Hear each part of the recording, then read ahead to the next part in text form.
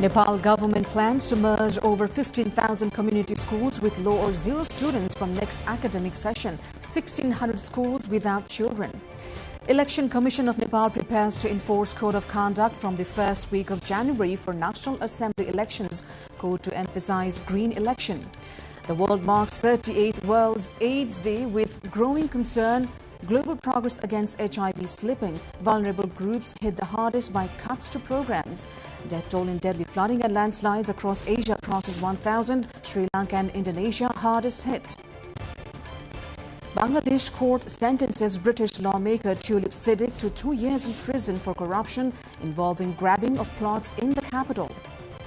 And Nepal loses the final of ACC Under-19 Men's Premier Cup to UAE by 27 runs.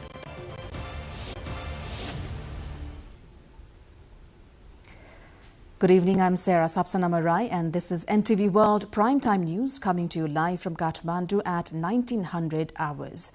And now the news in detail. Nepal government has planned to merge more than 15,000 community schools with low or zero student enrollment starting from the next academic session as part of a major initiative to reform Nepal's education system. Curriculum, teachers and above all, students are the three essential components of a school. However, 1,600 public schools in the country currently have no students at all. Despite this, teaching faculty and staff are still being paid, prompting the government to introduce a public school merger scheme. Vijayta Bhandari explores the declining trend of enrollment in public schools across the country. Nepal's public education system is undergoing a shift, which includes around 27,000 public schools. According to the Department of Education, these schools are serving over 7.5 million students across the country. But the enrollment is uneven and declining sharply in thousands of the public schools. According to the department, 15,000 public schools now have fewer than 100 students, and the number of students in about 1,600 schools is actually zero. Considering things like running a full staff of teachers, the infrastructure management, and assurance of quality of education for the students, it has become a major strain of resources. The Ministry of Education is therefore undergoing preparations as well as carrying out operations for school mergers. The merger criteria mainly includes distance and accessibility.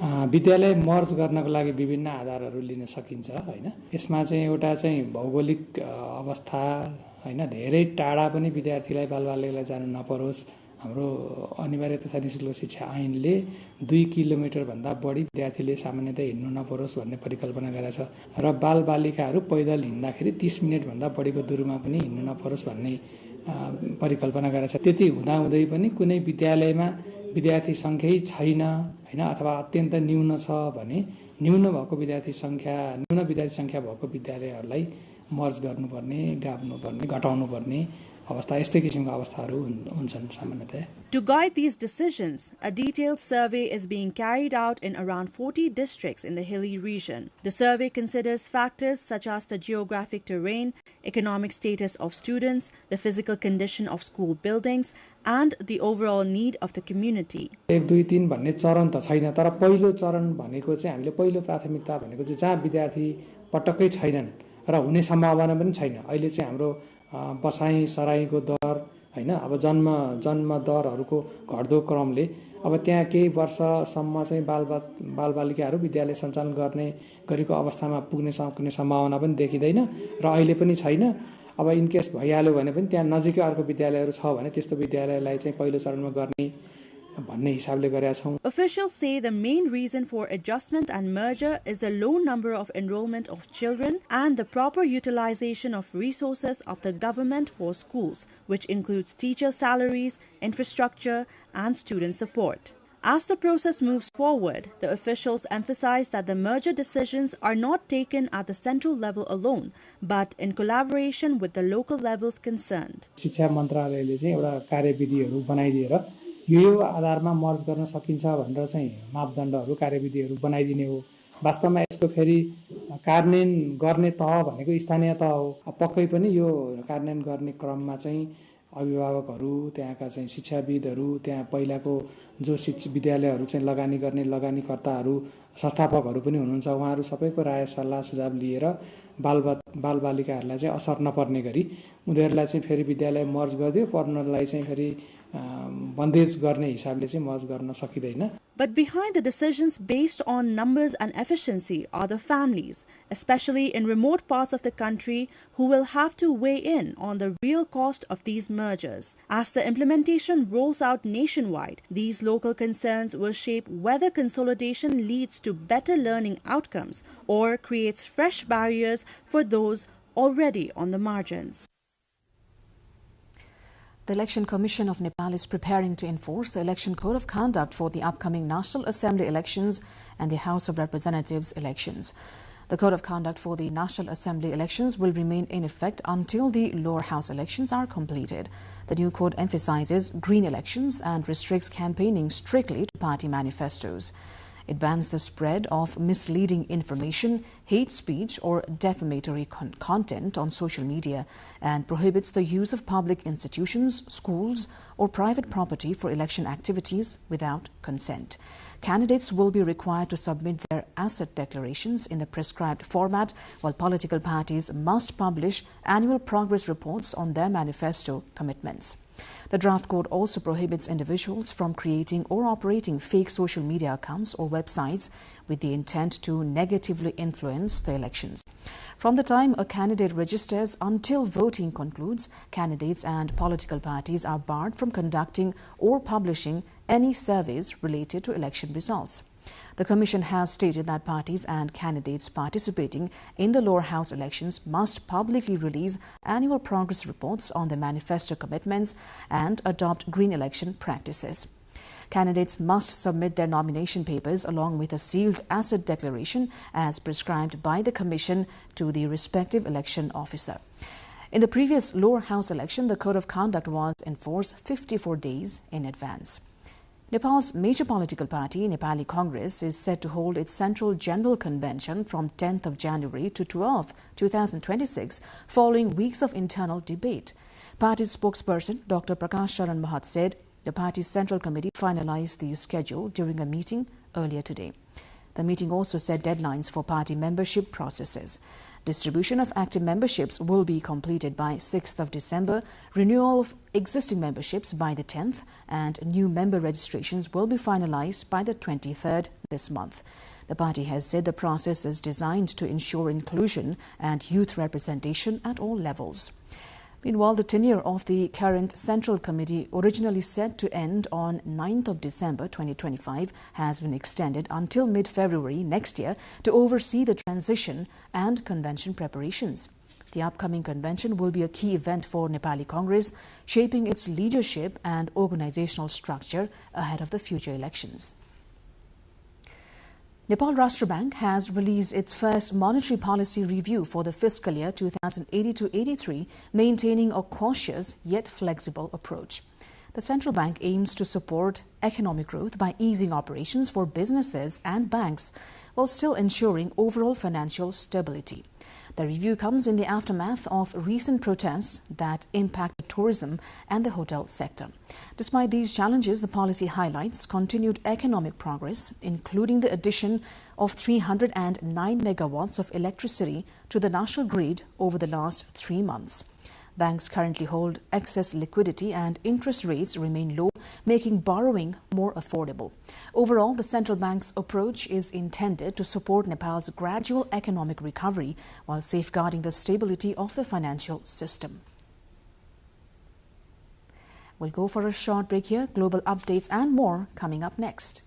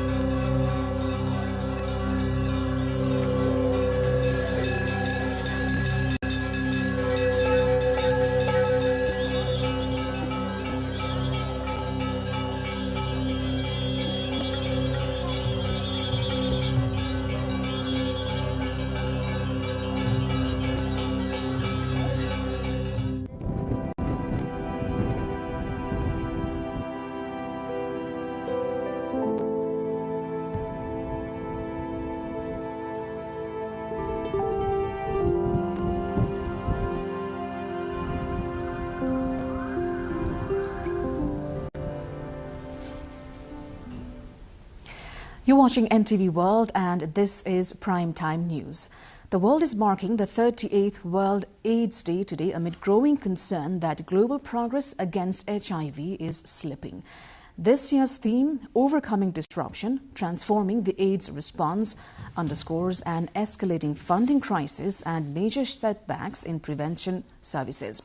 Health agencies warn that cuts to HIV programs have disrupted testing, treatment and preventive tools like PrEP, hitting vulnerable groups the hardest, including young women, LGBTQ+ communities, sex workers and people who use drugs. Rising punitive laws that criminalize same-sex relationships and gender identity are further shrinking access to essential services, leaving millions at greater risk. Experts say the global AIDS response has upended and urgent action is needed to restore funding, remove discriminatory laws and strengthen community-led initiatives. Despite these challenges, health leaders maintain that with renewed solidarity and investment, the world can still move toward ending AIDS by 2030. According to World Health Organization, about 40.8 million people were living with HIV worldwide at the end of 2024, while roughly 1.3 million contracted the virus in 2024. As the world celebrates AIDS Day today, South Asian nations are coming together for regional collaboration for AIDS response and research.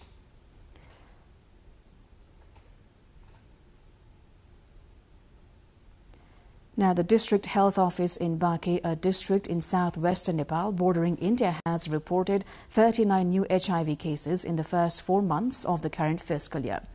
According to the district's HIV focal person, Rabindra Shah, of the 39 cases, 27 are male and 12 are female. 31 individuals fall within 15 to 49 age group, while 8 are over 39. The district recorded 80 new HIV cases in fiscal year 2022-23 and 101 cases in 23-24, indicating a gradual decline in new infections. Health officials attribute this decrease to expanded public awareness campaigns, community outreach, and enhanced testing programs. Individuals diagnosed with HIV in Baque have access to free antiretroviral treatment at Bheri Hospital in Nepalganj, the district's main urban center. Confirmatory testing is also centralized at the hospital, while preliminary screening services are available at multiple health posts across the district. Moving on, victims of troubled cooperatives in Nepal have been staging a sit-in at the office of the Troubled Cooperative Management Committee since December, demanding the return of their savings.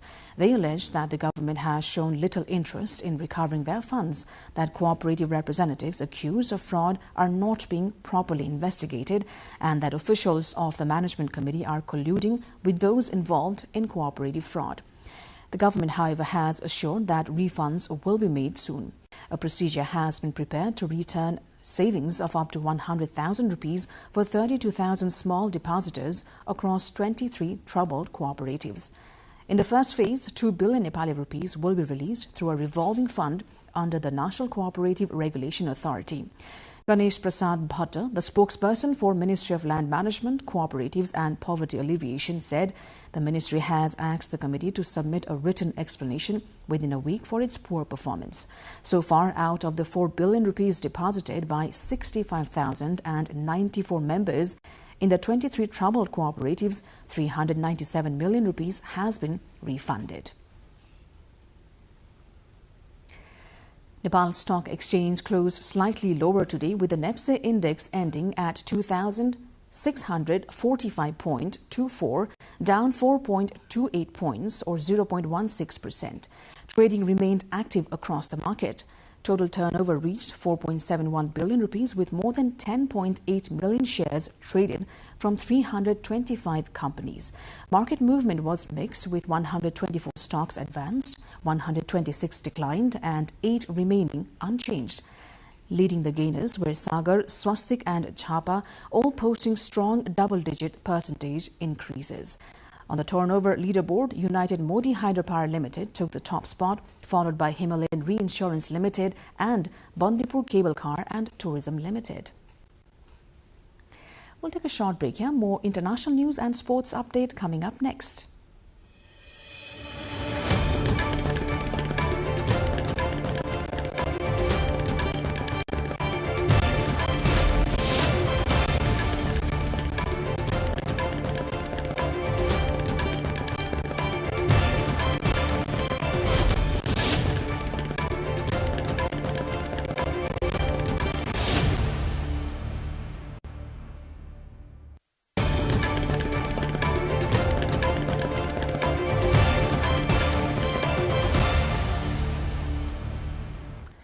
The toll in deadly flooding and landslides across parts of Asia has climbed past 1,000 as hardest hit Sri Lanka and Indonesia deployed military personnel to help survivors.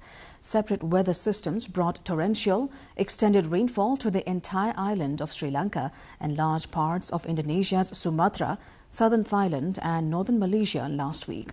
Much of the region is currently in its monsoon season, but climate change is producing more extreme rain events and turbocharging storms. Indonesian President Prabowo Subianto has said his government's priority now is how to immediately send the necessary aid, with particular focus on several isolated villages. Unlike his Sri Lankan counterpart, he has also not publicly called for international assistance. At least 340 people were killed, Sri Lankan officials said today, with many more still missing. Officials say the extent of damage in the worst affected central region was only just being revealed as relief workers cleared roads blocked by fallen trees and mudslides.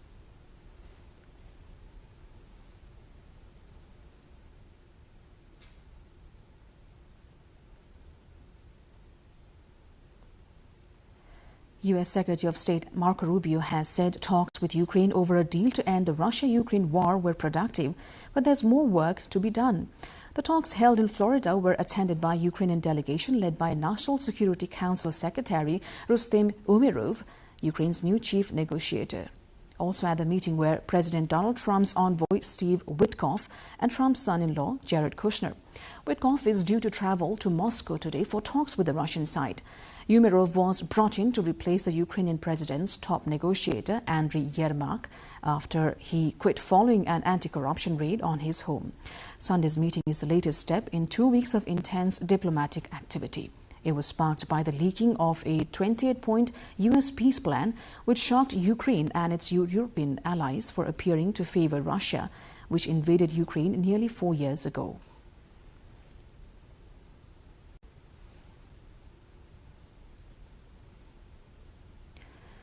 The death toll from a blaze that tore through a Hong Kong residential estate last week has risen to 151. Hong Kong officials said that the protective netting that covered scaffolding around buildings that caught on fire last week in a massive blaze did not meet codes for fire resistance, as a wave of public sympathy and support was met by government moves to stifle criticism. Chris Tang, Hong Kong Secretary for Security, said samples of the netting were taken from multiple locations from the 7 buildings that burned. 7 samples were found to be not up to standard. The fire broke out on Wednesday afternoon after Wong Fu Court complex in the suburb of Tai Po. It burned through 7 of 8 apartment towers, home to some 4,600 people. A Bangladesh court has sentenced British lawmaker Tulip Siddiq and her mother Sheikh Rehana to 2 years and 7 years in prison, respectively. The pair are accused of corruption in a case involving the grabbing of lucrative plots in the capital. Siddiq, a member of the British Parliament, influenced her aunt, Sheikh Hasina, who took 3 plots for herself and her 2 children. Public prosecutor Khan Moinul Hassan told reporters outside the court.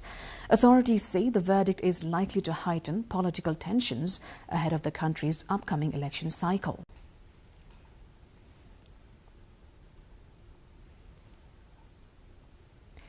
Airbus fleets were returning towards normal operations today after the European placemaker pushed through abrupt software changes faster than expected as it wrestled with safety headlines long focused on rival Boeing.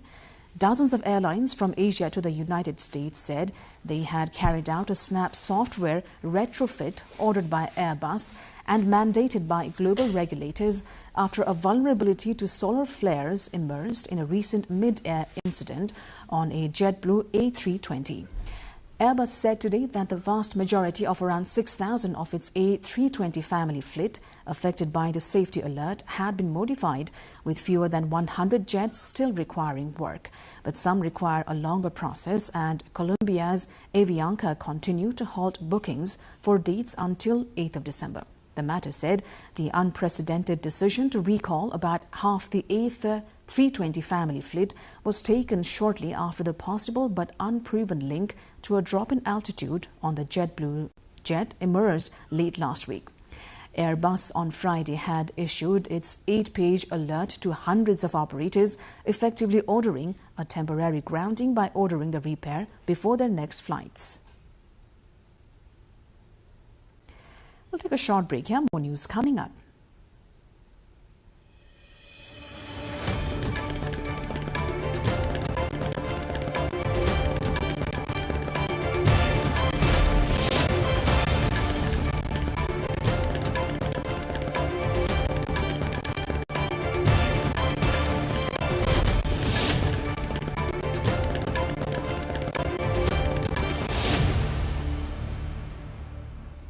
Welcome back to NTV World Primetime News.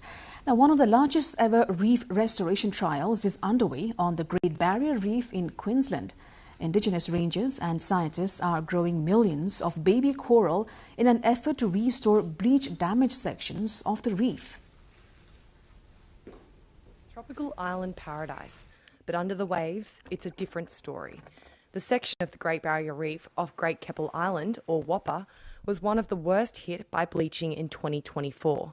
But this restoration trial is hoping to fix that. We're actually trying to help the reef become more resilient and adapt to climate change. That needs to be tackled obviously for the reefs to be able to be sustainable going into the future.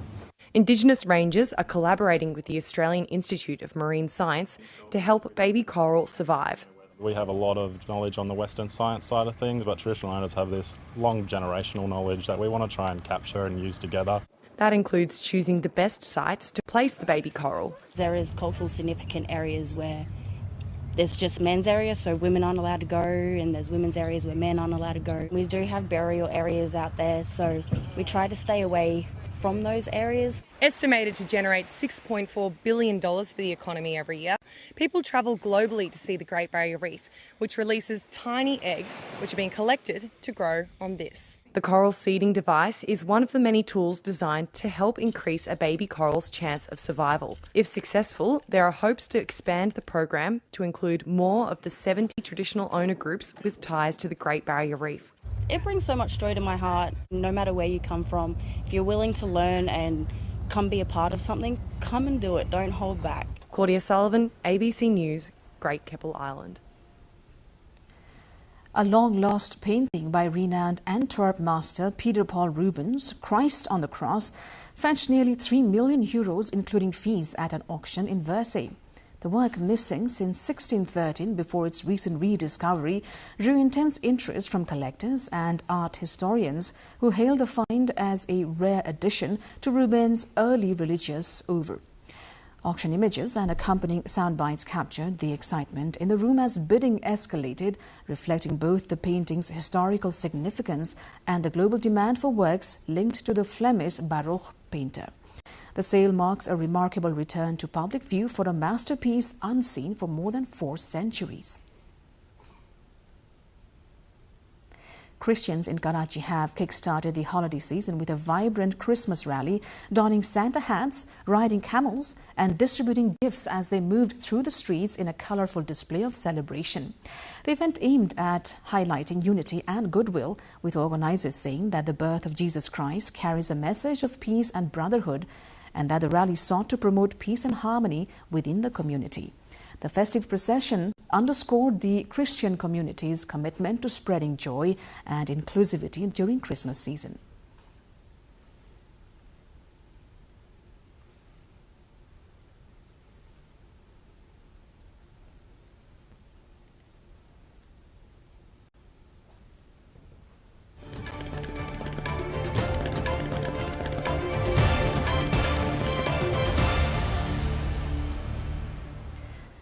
Time now for a sports update.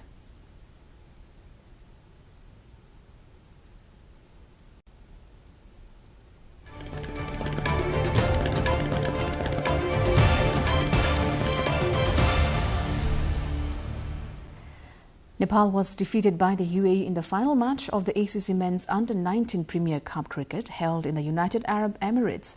The hosts won the championship title by 27 runs. Chasing a victory target of 148 runs, Nepal was restricted to 120 runs in 33.2 overs.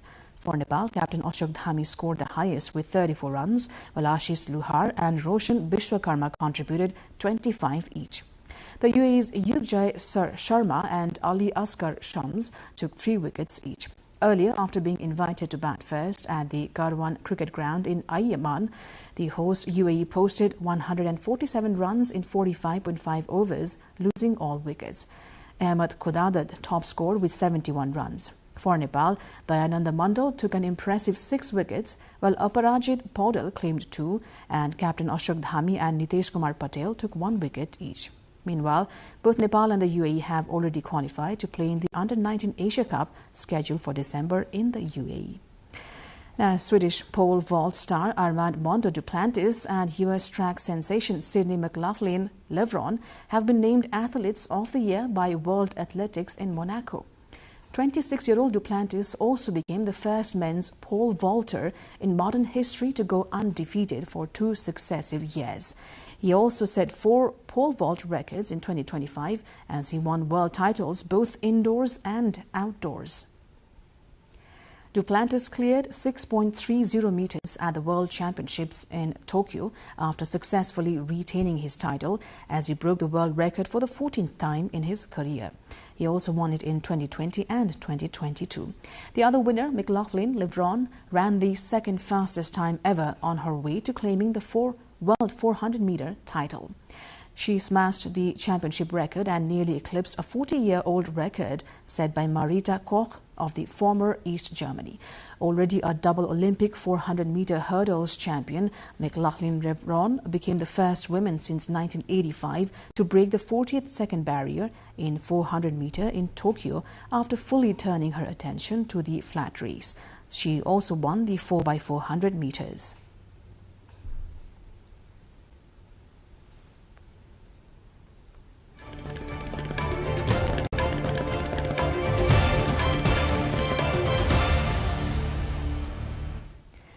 And before we wrap up this edition of Primetime News, let's have a quick look at the headlines once again. Nepal government plans to merge over 15,000 community schools with low or zero students from next session, 1,600 schools without children. Election Commission of Nepal prepares to enforce Code of Conduct from the first week of January for National Assembly elections, code to emphasize green election. World marks 38th AIDS Day with growing concern. Global progress against HIV slipping. Vulnerable groups hit hardest by cuts to programs. Death toll in deadly flooding and landslides across Asia crosses 1,000. Sri Lanka and Indonesia hardest hit.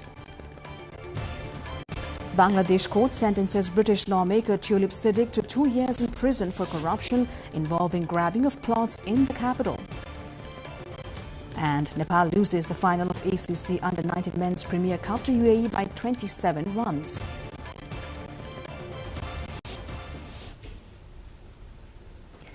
And that is all for NTV World Primetime News for now. Do join us through our social media pages and get the latest updates from our official page, nepaltelevision.com.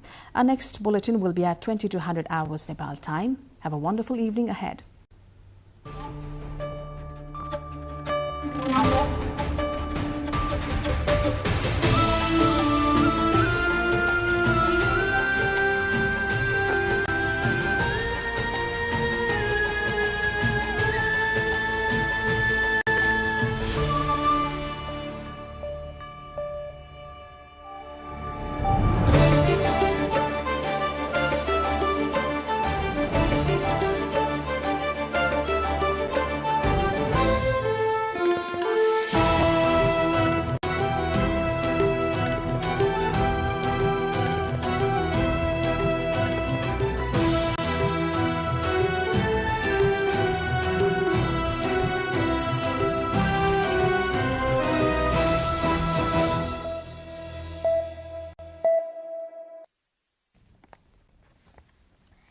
Welcome to the studios of NTV World in Kathmandu, Public Service Broadcasting PSB Nepal's new initiative to make Nepal more visible and audible to the global audience.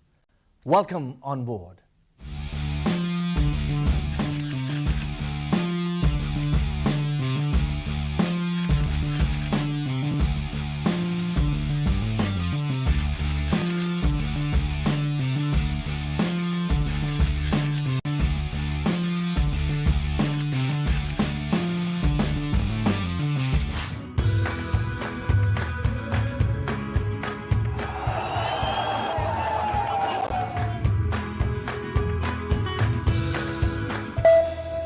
This is NTV World. Facts that speak, insights that matter. Telling the stories of a changing planet. NTV World, Nepal's perspective to the world. Exploring the heartbeat of Nepali creativity. This is NTV World. The power of story shaped by technology. NTV World. Unearthing Nepal's hidden heritage. Discovering the timeless Nepal. Telling stories that endure across centuries. Where culture breathes, stories bloom. When the world moves, we make a sense of it. NTV World, taste of Nepal. Every recipe, every flavor tells the story. Journalism in the digital age. Fast, focused, verified. Stories hold power. Stories reflecting life. Stories of the hinterlands. Reporting for public service broadcasting. Reporting for NTV World.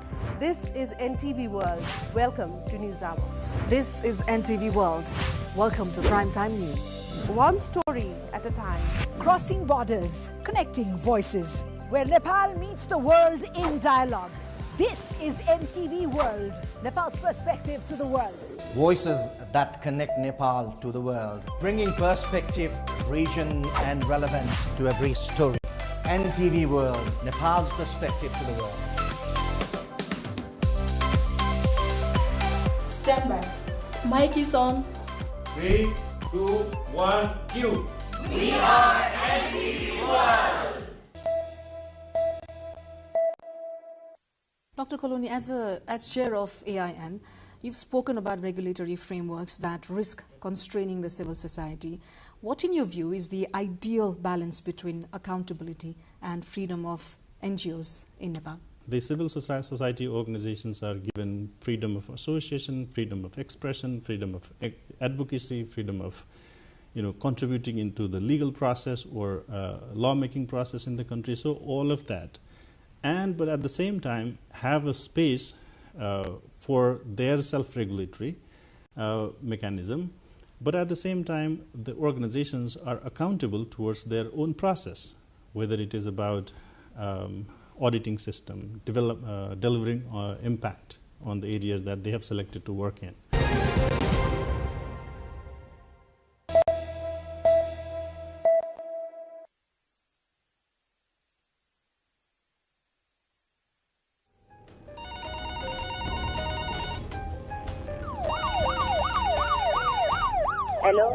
Hello हजुर यो listing नै गर्न पर्ने देखियो अब एक दिन लाग्छ हिँडेर पठाउन नसकिने अवस्था हो अब सरको नम्बर टेक्स्ट गर्दिनु हजुर हजुर म उहाँसँग कुरा गर्छु है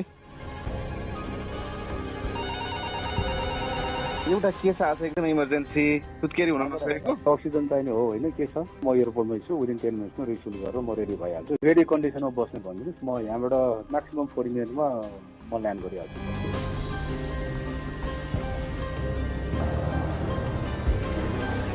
म्याटर्निटी वार्ड र आइसियुमा अलर्ट गर्छु प्रोब्लम लेभल भनेपछि ओटीमा पनि अलर्ट गरेर राख्छु सीएस गर्नुपर्ने हो कि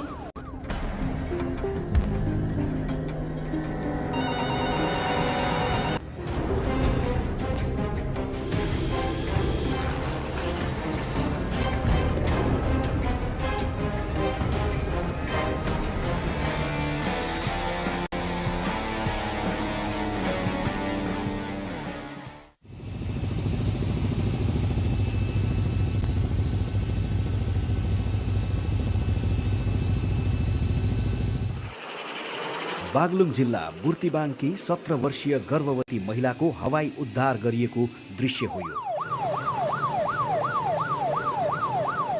2 दिनसम्म सुत्केरी व्यथा लागेको र स्थानीय स्वास्थ्य संस्थामा प्रसूति गराउन नसकेको कारण उनलाई गण्डकी प्रदेश सरकार सामाजिक विकास तथा स्वास्थ्य मन्त्रालयले आपतकालीन हवाई उद्धार गरी पश्चिमाञ्चल क्षेत्रीय अस्पताल पोखरामा थप सेवा प्रदानका लागि ल्याइएको हो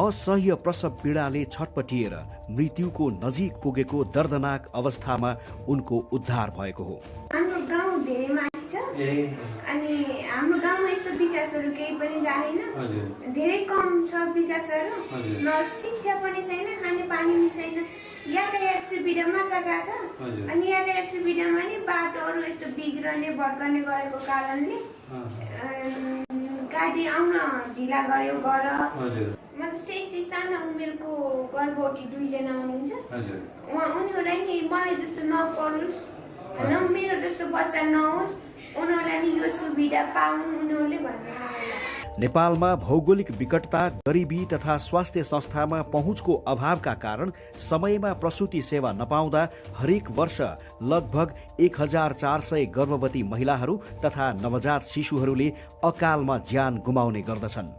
नेपालमा विशेष गरी प्रसूति कहाँ गराउने भनेर निर्णय गर्न ढिलाइ, स्वास्थ्य संस्था पुग्न ढिलाइ तथा स्वास्थ्य संस्था पुगिसकेपछि पनि उपचार पाउन ढिलाइ आदि कारणबाट मातृ मृत्यु हुने गरेको पाइएको छ।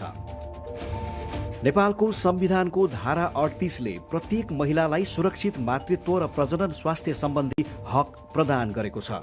गर्भावस्था एक संवेदनशील अवस्था हो। नेपाल सरकारले प्रसूति सेवालाई आकस्मिक स्वास्थ्य सेवा अन्तर्गत वर्गीकरण गरेको छ।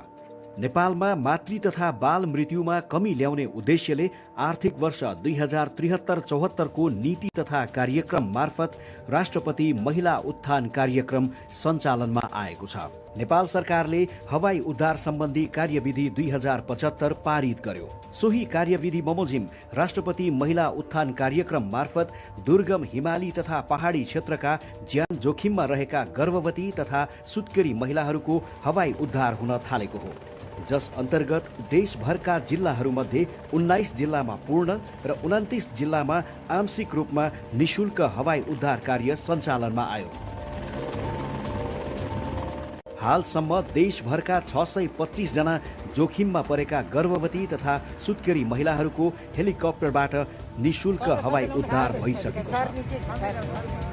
विगत 2073 देखि स्टार्ट भएको यो सुत्केरी तथा महिला उत्थान कार्यक्रम, तर यो 2075 सालतिर आएर चाहिँ हाम्रो यो एमयू अन्डरस्ट्यान्डिङ यो महिला तथा बालबालिका मन्त्रालय र नेपाली सेना बीच भएको र त्यसले गर्दाखेरि हाम्रो यो प्रक्रियाहरू चाहिँ एक्सपिडाइट हुने अलिकति प्रभावकारी भएको छ। र हाम्रो डाटाले पनि के बताउँछ भन्दाखेरि 75 सालदेखि 76 यता हेर्ने भने हरेक रेस्क्यु चाहिँ डबल, नम्बर अफ रेस्क्यु चाहिँ डबल भइरहेको छ। 75 सालमा जम्मा 24 वटा आरबीले गरेका छन् भने 76 सालमा आउँदाखेरि चाहिँ त्यो चाहिँ 80 हुँदै 160 हुँदै यसरी बढ्दो क्रम छ। यो चाहिँ हामीले यसो मेरो पर्सनल ओपिनियनमा चाहिँ के लाग्छ भन्दाखेरि हाम्रो यो मन्त्रालय मार्फतबाटको जुन अवेरनेस प्रोग्राम त छँदैछ, त्यस बखत जुन हाम्रो यो नेपाली सेनाको हेलिकप्टर चाहिँ गाउँ गाउँमा पुग्दाखेरि चाहिँ मान्छेहरूलाई चाहिँ किन हेलिकप्टर आएछ भन्ने कुराको चासोले गर्दाखेरि चाहिँ त्यो गाउँ गाउँमा चाहिँ एउटा अवेरनेस हो। हेलिकप्टरले चाहिँ नेपाली सेनाको हेलिकप्टरले चाहिँ सुत्केरी महिला रेस्क्यु गरेको छन् भन्दाखेरि चाहिँ त्यो हेलिकप्टरको आवाज र त्यो हेलिकप्टर त्यो गाउँमा घुमेको हिसाबले चाहिँ त्यहाँको स्थानीयहरू पनि अहिले यो सम्बन्धी चाहिँ अवेर हुँदै आएका छन् र यसले चाहिँ एउटा पोजिटिभ मेसेज गएको छ यो हेलिकप्टरले रेस्क्युले गर्दाखेरि चाहिँ। हजुर, मोड अफ अपरेसन नै अलिकति फरक हुन्छ। हाम्रो जुन मेन्टल स्टेट हुन्छ सकेसम्म समयमा नै पुगौँ र समयमा नै सुत्केरी महिलाहरूलाई चाहिँ नजिकको हस्पिटलमा पुर्याइदिउँ भन्ने हाम्रो मनसाय रहेको हुन्छ। संघीय सरकारको उक्त हवाई उद्धार कार्यक्रम सञ्चालनमा आएसँगै गण्डकी प्रदेश सरकारले पनि प्रशासकीय ऐन 2075 को दफा 2 ले दिएको अधिकारको प्रयोग गरी जोखिममा परेका गर्भवती र सुत्केरी महिलाहरूको हवाई उद्धार कार्यविधि 2080 लाई कार्यान्वयनमा ल्याएको छ। सोही कार्यविधि अनुसार हाल गण्डकी प्रदेशमा गर्भवती तथा सुत्केरी महिलाहरूको जटिलता व्यवस्थापन कार्यक्रम अन्तर्गत निशुल्क हवाई उद्धार सेवा सञ्चालनमा आएको छ।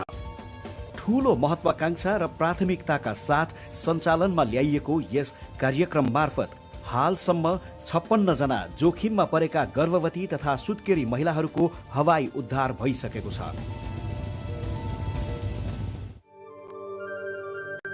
गण्डकी प्रदेश सरकार सामाजिक विकास तथा स्वास्थ्य मन्त्रालयको टोली छायाङ्कनका निम्ति धवलागिरी गाउँपालिकातर्फ अघि बढेको दृश्य हो यो।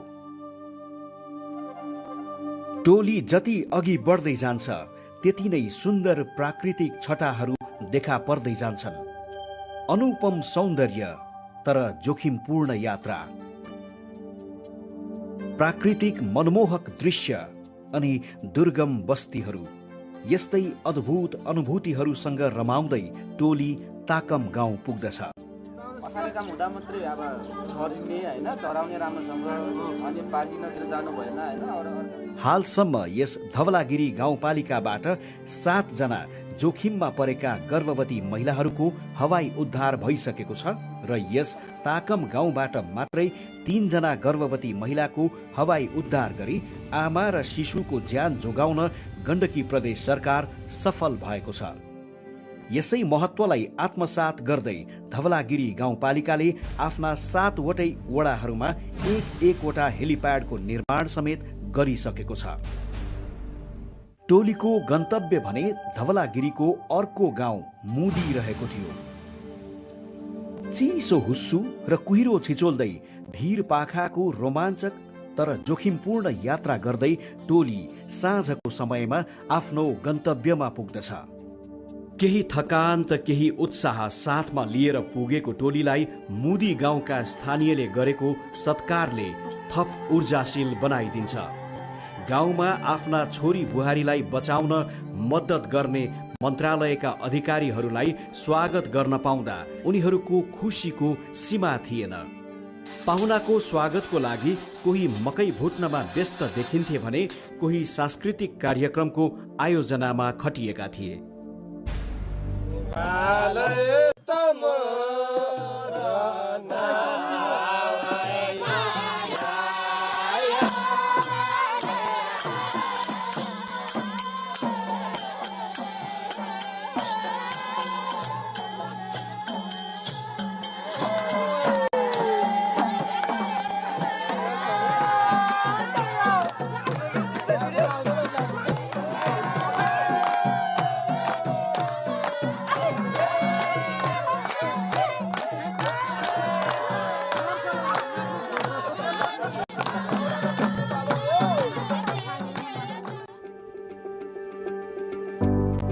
मगर जातिको बाहुल्यता रहेको धौलागिरी हिमालको काखमा रहेको यस मुदी गाउँमा सामान्य खेतीपाती र पशुपालन नै आय आर्जनको प्रमुख स्रोत रहेको छ।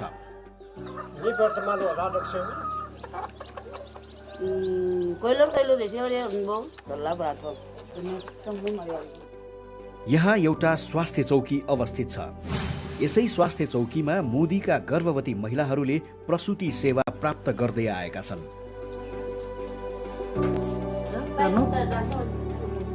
प्रसङ्ग 2077 माघ 18 गतेको हो।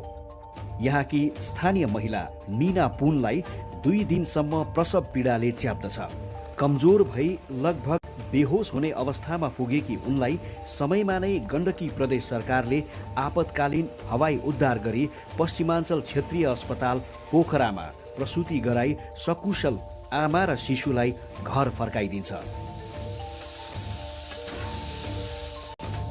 यिनै मीना पुन र उनको परिवारलाई भेट्न यो टोली मुदी पुगेको हो। हवाई उद्धार गरी जन्मिएकी उनकी छोरी अहिले हिँडडुल गर्ने भइसकेकी छिन्।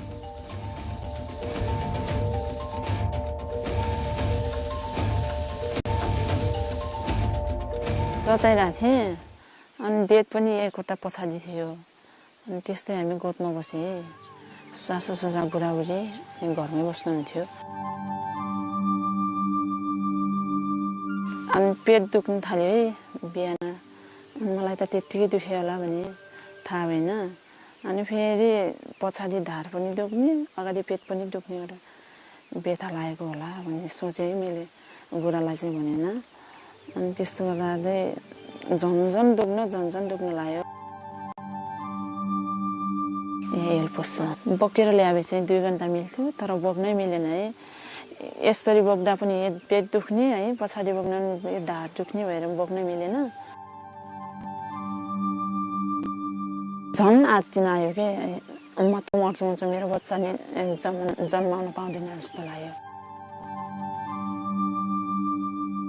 अनि हेलिकप्टर बोलाएर सिधै पोखरा लगेर गण्डकी हस्पिटलमा हेलिकप्टरमा चढेपछि बाँचिन्छ भन्ने चाहिँ आश लाग्यो। मेरो बच्चालाई जन्म दिन्छु यो संसार देखाउँछु भन्ने पनि आश लाग्यो। दुःख पाएँ बेसरी। अब यस्तो दुःख कसैलाई पनि नहोस्।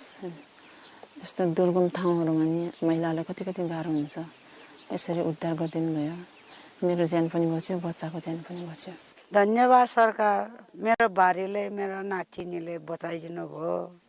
दर्दनाक प्रसव पीडाले छटपटिएर राज्यसँग जीवनका लागि गुहार माग्नुपर्ने त्रासको अझै पनि अन्त्य भएको छैन। त्यसैले मीना पुन झैं जोखिममा परेका अन्य गर्भवती महिलाहरूको निरन्तर सेवामा गण्डकी प्रदेश सरकार अग्रसर देखिएको पाइन्छ।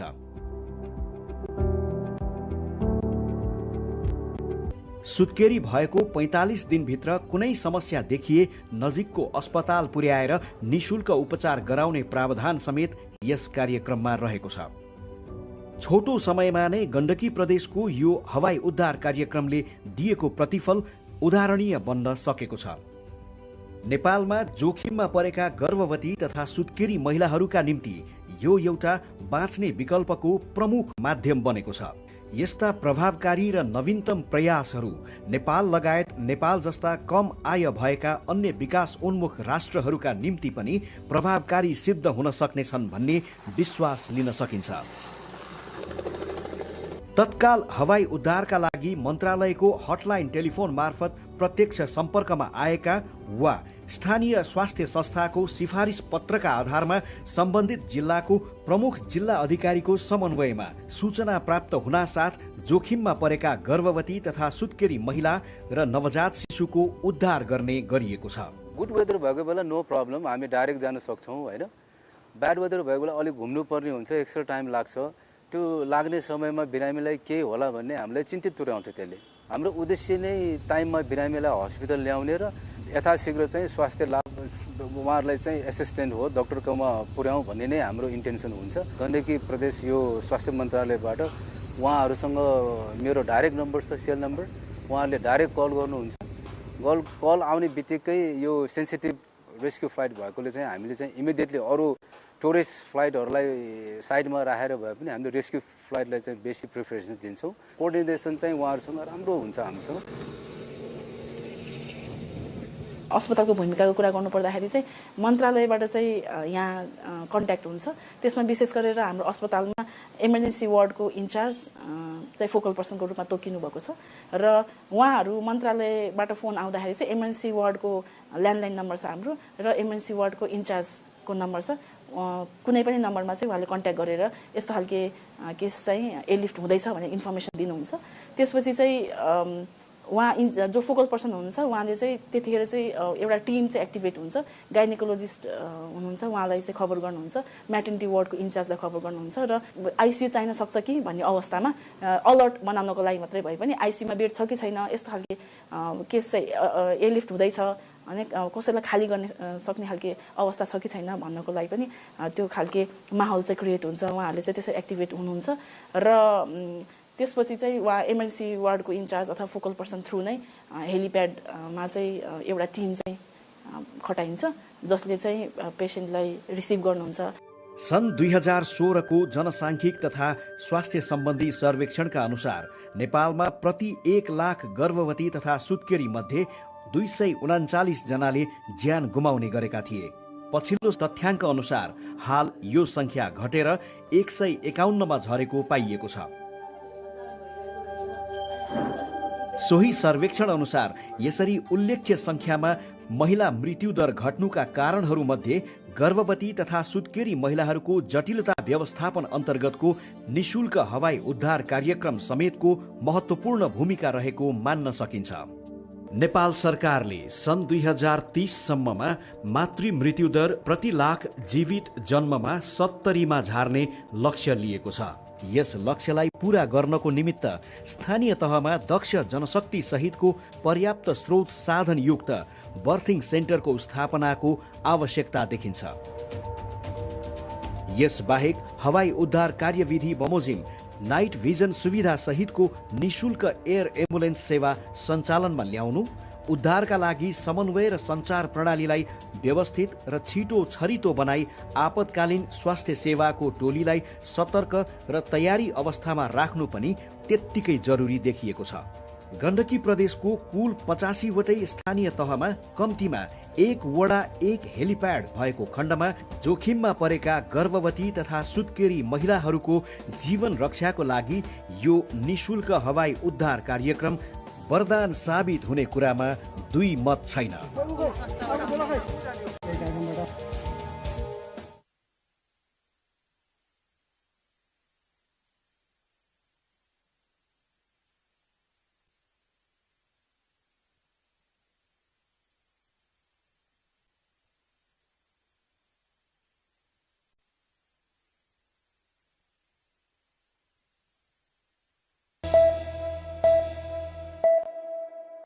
Private education and public education, we're clearly creating two different sorts of human resource.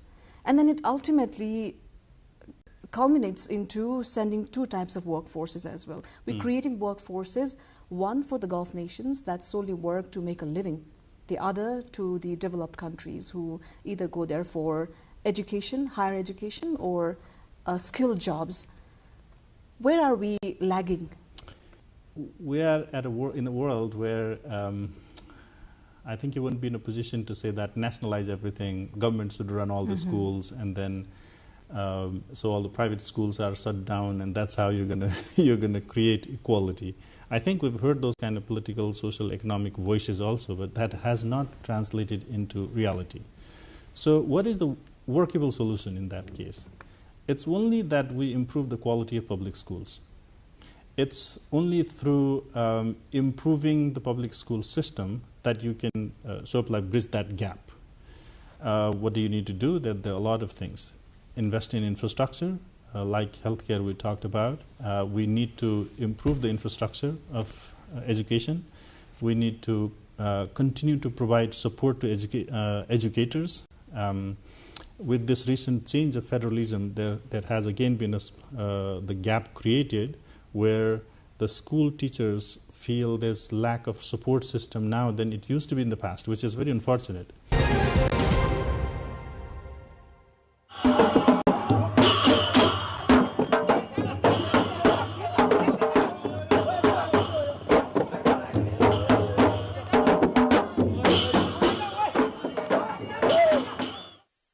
Music, dance, food, art and devotion are the lifeblood of Newar culture, an ancient civilization rooted in the Kathmandu Valley of Nepal.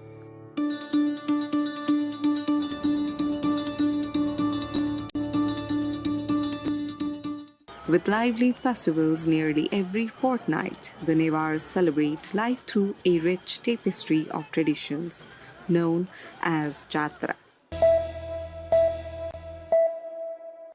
When I talked about remittance, how we receive a huge chunk of it, but we're not being able to properly utilize it so that we could materialize it into something productive.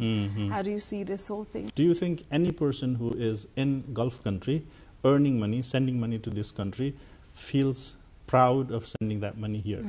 Maybe he does because he or she does because they are able to take care of their families, but it could be converted into a sense where you say that your contribution has helped this country develop so much. We have created this infrastructure, we have created this development initiative, and so you take that ownership. And wherever you are, whichever part of the world you are in, whatever contribution you have made, if you feel like, oh, my contribution is actually, in fact, wherever I am, it is contributing towards development of my country, that would be much better. And so there can be some creative and innovative ways of utilizing that remittance, and also proper communication of how it is being used to those people who are contributing is equally important, I think.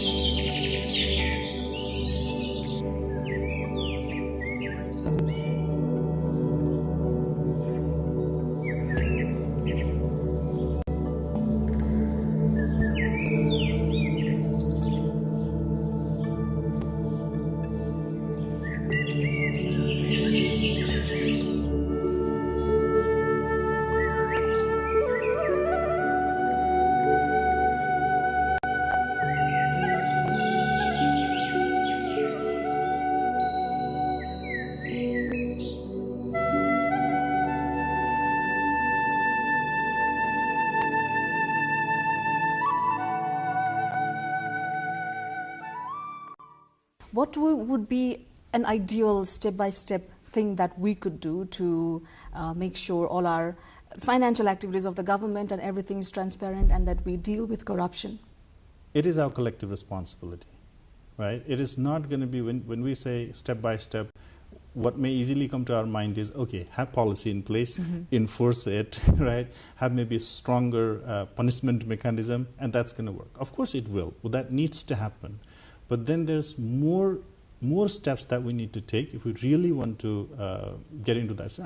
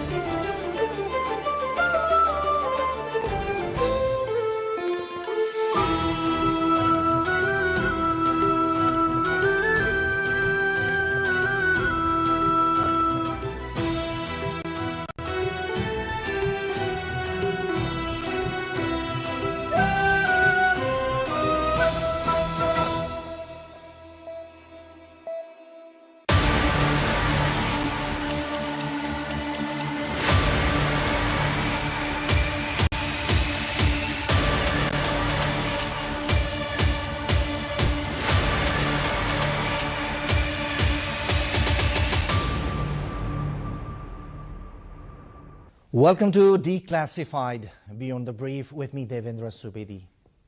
Today we bring you the story from the alleys of Kathmandu to NASDAQ, which is the US stock exchange. The gentleman we have with us today recently hit headlines in Nepal as a successful entrepreneur whose company, Fuse Machines, a company working in the field of artificial intelligence, which we call AI, made its debut at the NASDAQ or the US stock exchange. In this episode of Declassified, we try to explore the journey of a successful Nepali in global business arena. Artificial intelligence itself, changing trends in global business world, Nepali identity abroad, and much more. Dr. Samir Maske, a change maker, computer scientist and educator, has spent his career at the crossroads of innovation and education. He believes artificial intelligence isn't just transforming industries, it's reshaping opportunity itself. In 2013, he founded Fuse Machines, a New York-based company with a bold mission to democratize AI and make its benefits accessible to all. Though headquartered in the United States, its roots and much of its talent remain deeply connected to Nepal, where the company first launched its AI fellowship program, training local engineers and students in cutting-edge technology.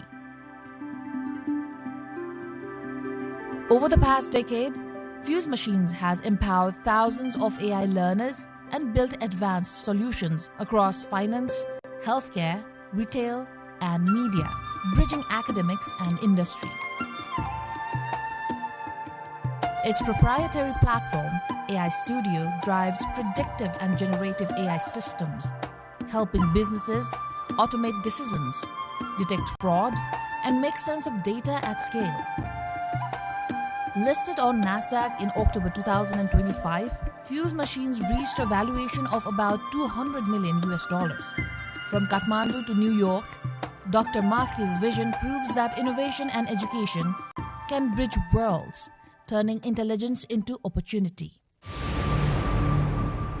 Please welcome Dr. Samir Maske, founder and CEO of Fuse Machine. Thank you for having me here.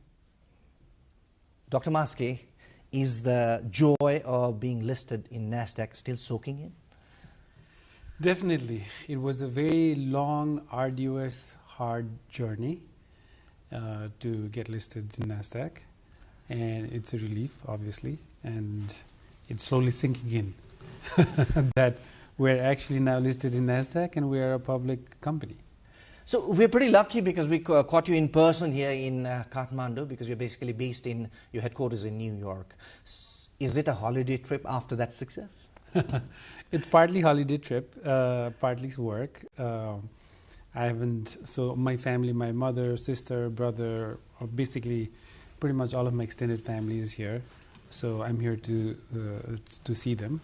And then because how difficult the process was, the usual trips I used to make multiple times a year, I had not been able to make it for almost last 12 months to see all the colleagues and employees here in Nepal office.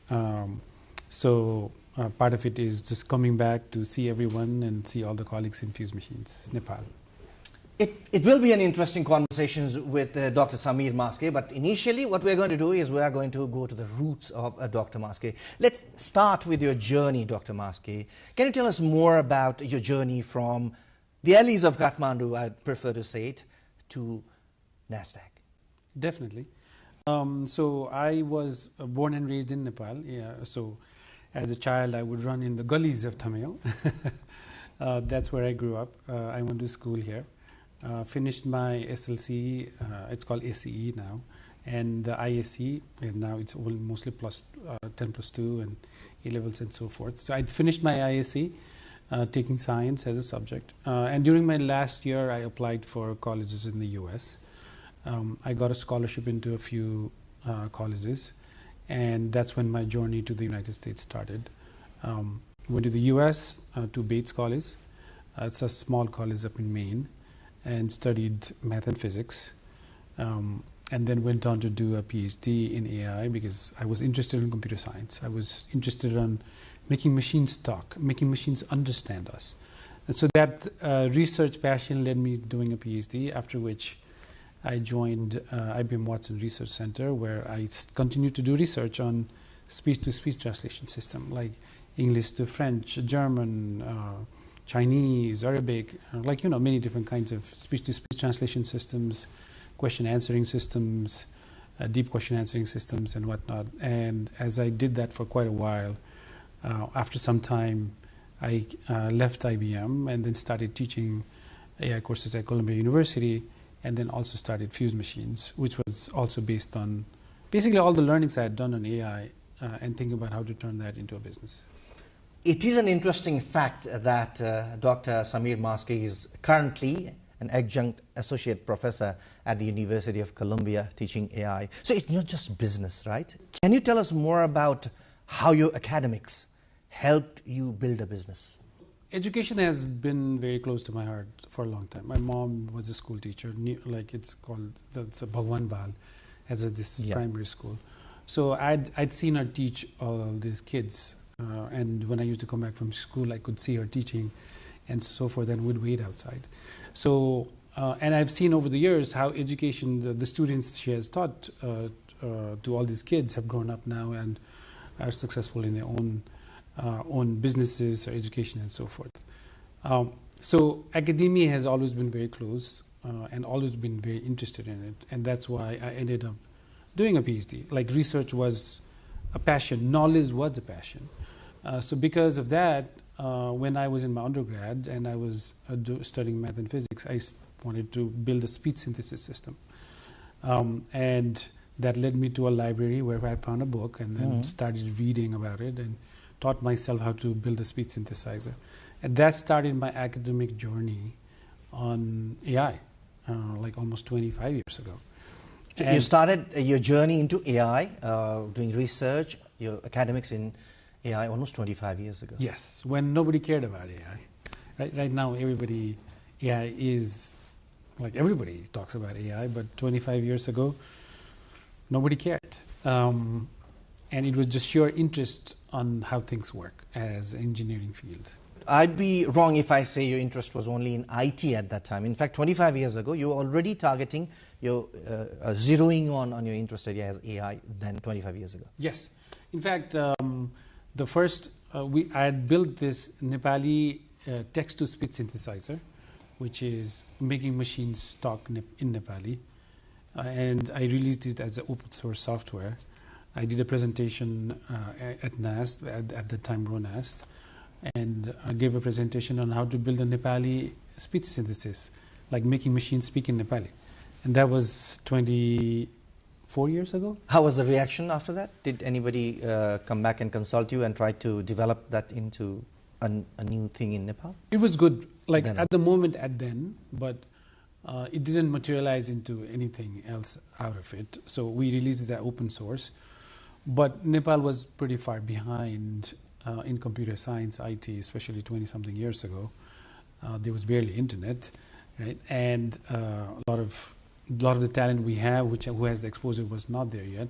So nobody really knew what to do with it. You know, somebody came, presented Nepali speech synthesis system. Okay, it sounds great, but how to use it here, how to build on it, none of that happened. So that software just stayed there in the shelf. Before starting your own company, you worked for some world-renowned companies. When exactly did you decide it's time now for me to start my business? So after PhD, I worked at IBM Watson Research Center as a research staff member for a few years. And as I mentioned, it was that interest of building speech-to-speech translation system, and IBM had one of the best speech-to-speech translation system research group at the time. And as I did research and published papers, and did more research and published papers, it came to a point where I saw, well, I've been doing research by then I'd been doing research for almost 15 years. And we're doing research and publishing. Like, it's not really impacting lives in the scale that I wanted. So after about 5 years after working at IBM, I said, okay, can I take all the learnings in AI I've been doing since like early 2000, this is like 2013, 2012. Can I take all of that and apply into a business and start a company, build an AI product and sell it, to build a business around it so that it can have impact? And that's sort of what I did.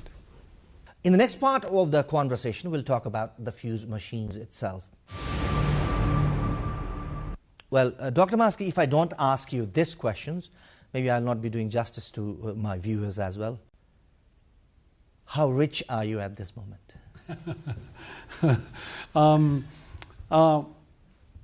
It all depends on how one perceives wealth, right? At the end of it, what matters is the family and health. For me, that's the most important thing, the family and being there and making an impact and so forth. The total market cap for the deal was 200 million. Post money is 280 million. And the opening, at that opening had $10. It has gone down and is opened at less. So as the share prices move back and forth, you know, it could come down, it could go up, and so forth. But it's no longer just me, right? It's all of our employees, many of our employees are shareholders, all of the investors are shareholders. Is it possible for a Nepal-based company to be enlisted globally, like in NASDAQ or in other global share market or stock exchanges? Is it possible? It has to be US-based. I think from legality perspective, at least Nepal laws do not allow a fully Nepali company to be listed in NASDAQ. because of some of the old rules and laws around Nepali citizens' rights of owning foreign assets and foreign shares and so forth. If that changes, then definitely so.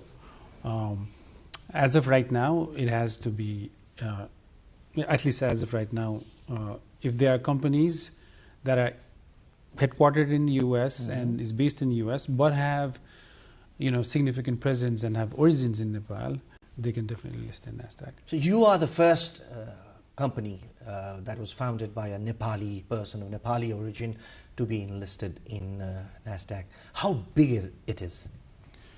I would say, being the company that has, basically we have a lot of presence in here. We are Nepali roots, Nepali values, and so forth. And from that perspective, being one of the first company to have such level of roots and ties to Nepal and being listed in NASDAQ is extremely satisfying, obviously. And I hope it becomes an example for other companies to strive and be listed in NASDAQ or other New York, other stock exchanges. And I hope we are the first among many to do that. What's your next business plan? Like, you are spreading slowly into a global business. You are already in South America, in some of the countries in North America, Canada, US, also Nepal based, you said. So what's your next plan to promote the business globally? Especially as a public company, growth is one of the most significant metric that everybody looks at us from, right? So from that perspective, one of the biggest focus would be growth. Both organic growth with our own team doing more sales and so forth, and with inorganic growth as well, with potential acquisitions and M&A activities and so forth. As far as the scaling out from just the US and Nepal, we've already on multiple countries, and we will continue to expand based on the needs of the clients, based on where we see the most value being generated and where the growth from sales happens. There must have been challenges in the journey. Right now, as you said, you started it in 2013, almost 12 years of hard work, promotion, dedication, vision, innovation, as you said, right? As I have seen, as I saw myself, most of the Nepalese or Nepali diaspora in the US, I found a lot of youngsters working in the field of IT. So what are the challenges for, let's say, Nepali youngsters in the US or even in Nepal to build a business in IT or AI at present? What are the major challenges that you would suggest they should resolve those first? Particularly in Nepal? Nepal, as well as the Nepali diaspora in the US who want to emulate your steps. I would say Nepali diaspora has an easy, starting a company is not easy, obviously, but if you look at the challenges, the youth in Nepal, they are faced with more challenges on trying to start a business and scale it. I would say there are various reasons for it, and there are many kinds of challenges. And one of the biggest challenges, I would say, is on funding. Because especially as a smaller company, as a smaller startup, funding, you do need funding to sustain the company as you try to figure out product market fit, service market fit, and you need to be able to sustain that while you might not be making a lot of revenue. Especially if you want to go for, solving very extremely hard problems, you might not have a revenue coming in soon. In those cases, places like the United States or other countries, there's more capital, there's more risk capital available where the investors may take a chance saying, okay, let's see where this can lead to, where you are able to take the risk and really build a very strong suite of products without having a clear revenue model right in the day one. But obviously all businesses require revenue models, but you get longer time to do that. In Nepal, there is not a lot of financing mechanisms for an entrepreneur to stay afloat while they are taking this risk and building these extremely difficult products. So that's one of the biggest challenges I see. For an innovation like AI, IT, initially, to be an enterprise has to have an impact. In Nepal, where IT still is I would not say a luxury right now, because we do have access almost across the country right now, though intermittent at times.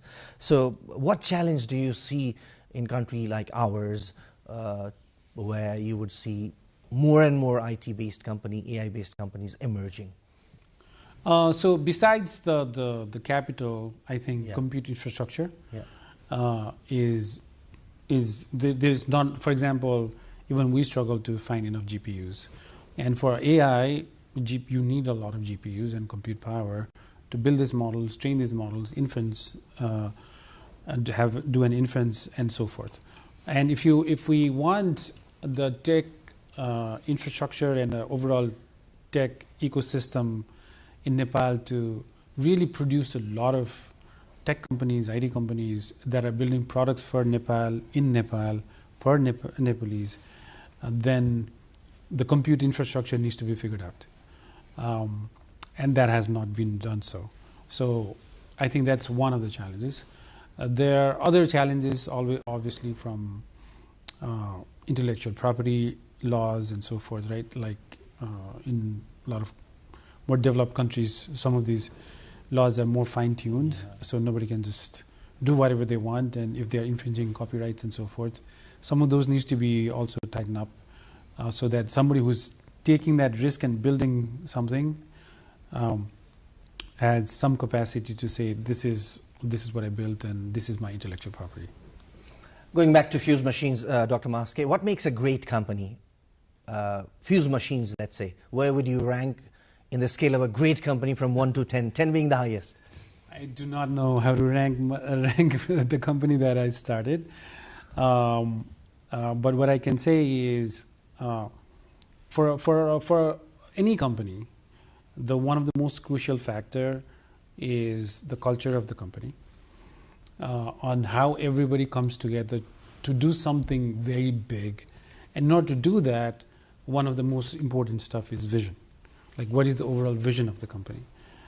So I think the vision brings about the clarity on where you want to go. And the culture is part of the main DNA of the company that makes a company exciting to work for, exciting to join, exciting to build things for. And those parameters makes a great company. So if I say it's great visionary leadership, backed up by a very creative and ethical workforce, that makes a great company. Would I be wrong? Yeah, I think that is a good way to sum it. So Fuse Machine is right in that track. Would you say that?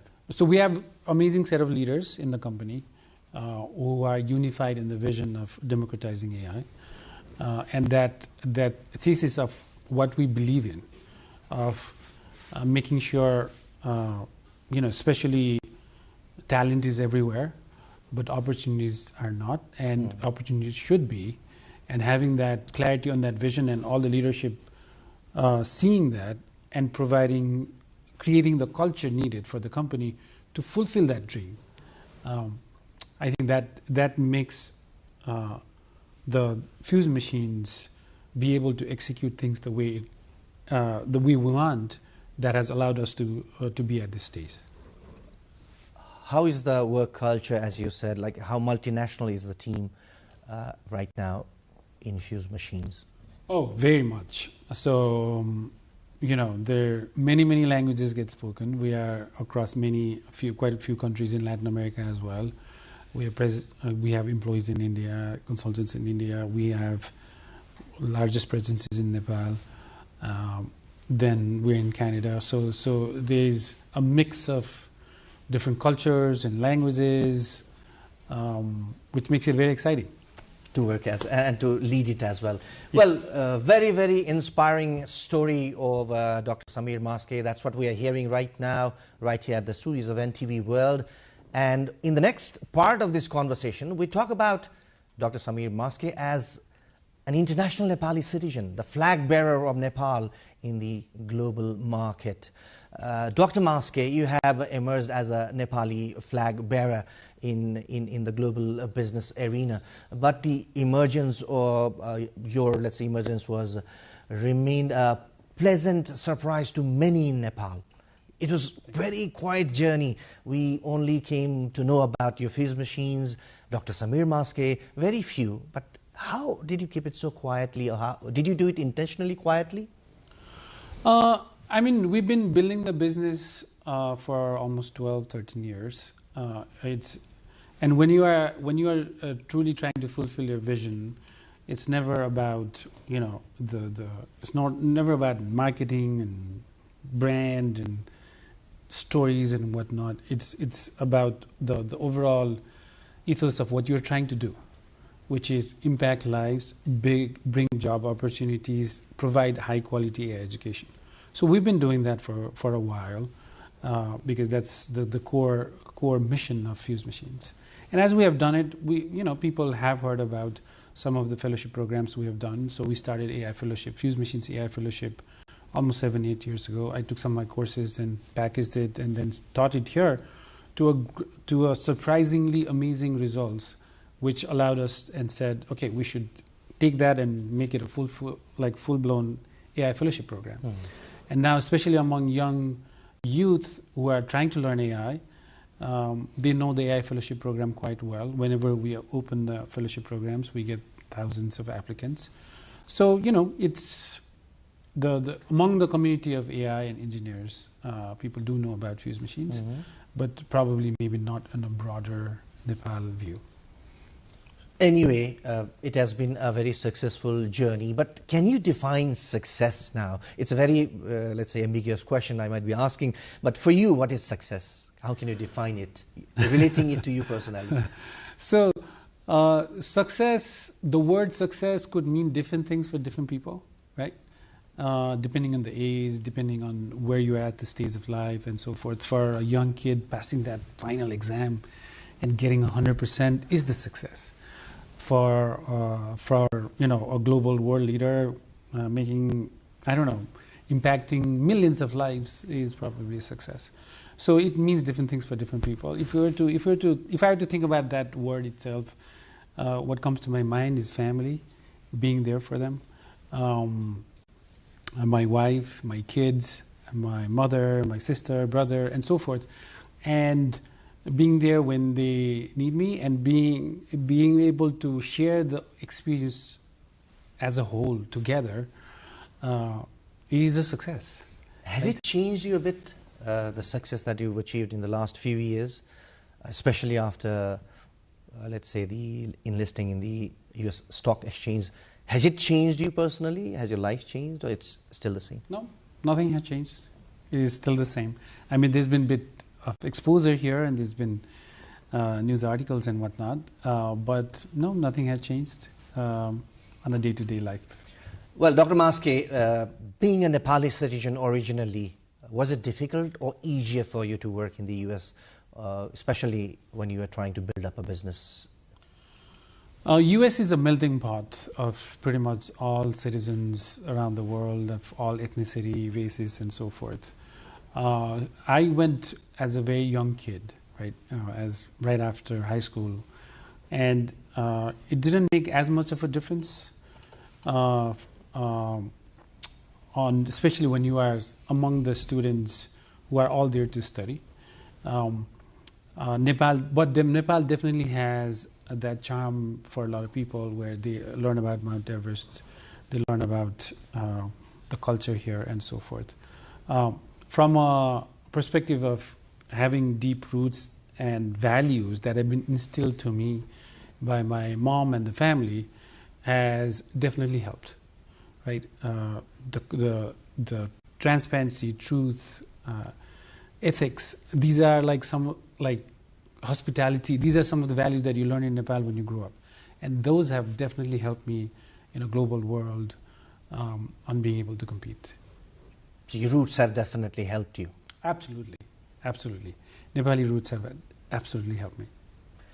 We are just talking about the journey, the dedication, the hard work that Dr. Samir Maske and his team, the multinational team behind the success of the Fuse machine, put up in these 13 years for the investment in NASDAQ. Now, in the next part of our conversation, we talk about AI, which I am a novice in, and to much of our viewers must be more interesting because they are much into it.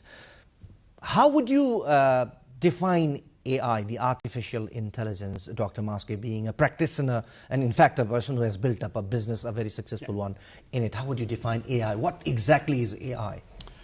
You can think of it as a machine that takes input, does a reasoning on it, and produces an output that is useful for humans. If I were to define it in the simplest form, that's what it would be. That reasoning system that sits in the middle, taking input and producing outputs that's useful for humans. Is it still an evolving technology, or it's at its peak? In the next 5 years, how would it evolve if it's evolving? It is still very evolving. And the pace of evolution, or the change in AI and the tech behind AI, is unlike I've ever seen before. Right? Like, I did research in question answering system. The natural language processing world has been my life from PhD to at IBM to teaching, all of that. But over the last 5 years, suddenly everything has changed in AI. A lot of things have changed. So the speed at which AI is changing is extremely rapid, and it will continue to do so. Definitely there is a little bit of overhype where people think, like when I talk to some enterprise C-suite, they think, they may have heard and read and whatnot, and they think everything under the sun can be solved with AI, which is not the case. But it can do a lot at the moment. Where do you see the technology in the next 5 years? So, especially I'm asking you this question because there's a few people like me who do not have much information about AI. We fear as if it is going to replace human intelligence, or even job loss, or let's say loss of privacy. These are some of the issues that we basically fear. So is that a valid fear in us? Some of it could be valid from a perspective of, maybe not in 5 years, but in 10 years, are all the cars going to drive itself, right? And I was just in San Francisco recently, and that's already a reality there. It's already a reality. I ordered a Waymo, which is similar to Uber, but it's a driverless car. A car just came near me, the door opened, I sat inside, and it just took me a route, stopped and opened and got out. There was no driver. So now that tech is evolving very fast, and more cities are producing that. Now that could generate genuine questions to all the people who are making their livelihood based on driving cars or driving, like providing this. Or the Uber service, let's say, just to be specific in the US. Now, should they be worried a bit? They are worried, because I had a very interesting conversation with some of the people in LA itself who are in this service.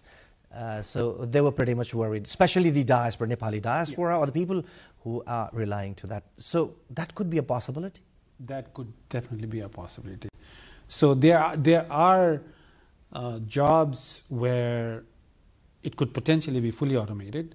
But having said that, I would say AI brings in a lot of augmentation and efficiency gains, which will not necessarily replace the human, but produce a lot more efficient human, almost like a superhuman, where the person will be able to do more jobs in less amount of time.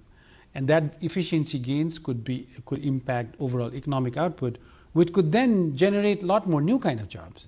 Right? Like already there is prompt engineering, which does not exist before. AI audit, like auditing AI models, those kind of jobs did not exist. So there are new jobs already being created. So I think that will happen as well. How foolproof is it, Dr. Maske? Can we 100% rely on it? Foolproof as in, will it always be accurate? I mean, depends on the problem that it is working on. Since you're talking about auditing, for example, so would it be 100% correct in that sense? At least probably, if you try to build an AI audit system at this point, it probably will not. And in many cases, it might never be 100%, because we as humans also make error. Or the people like you would like to leave some space for the humans there as well? No, the thing is, the AI is just learning from humans. And when it's learning from humans, if the training data has certain amount of ambiguity, then it will also not be able to, separate out some of those ambiguities, in which case it will make those errors. So in many cases, you will see 95% accuracy or 96%. In some instances, it has gone to 99%. But if you look at enterprise AI being built right now, in many cases, it is actually 90% or less than 90%, right? So there's still a decent amount of progress that we need to do to make AI what I quote unquote foolproof, which is not the case for every instance right now. Well, enlighten me on this particular question, Dr. Maske. People like me who are still a novice, or people like many of our viewers who are pretty much, let's say, a novice in AI, will they be a misfit in near future in the society?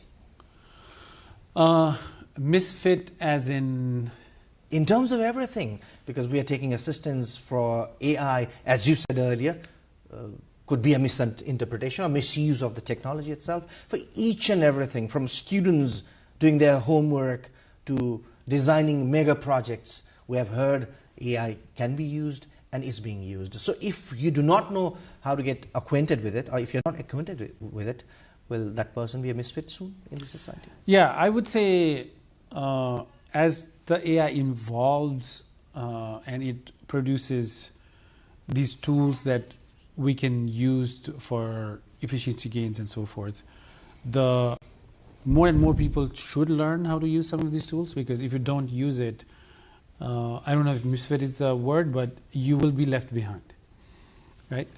Because somebody else who has a similar job, a role, and academic credentials, if knows how to be 50% or 100% more efficient because he or she knows how to use the tools, then obviously that person has an advantage. Let's move on to one of the slogans of your company, Dr. Maske. Democratizing AI is one of the slogans of your company, Fuse Machines. Can you tell us more about it? Why AI needs democratization? And what does that slogan exactly mean?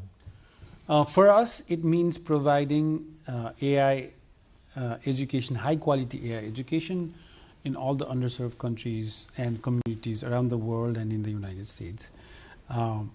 And providing that access to AI such that everybody is able to learn AI and build AI for their own communities.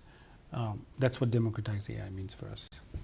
So your company is championing that. How much of that contribution your company has started making in, let's say, making it more accessible in every nooks and corners of this world, let's say?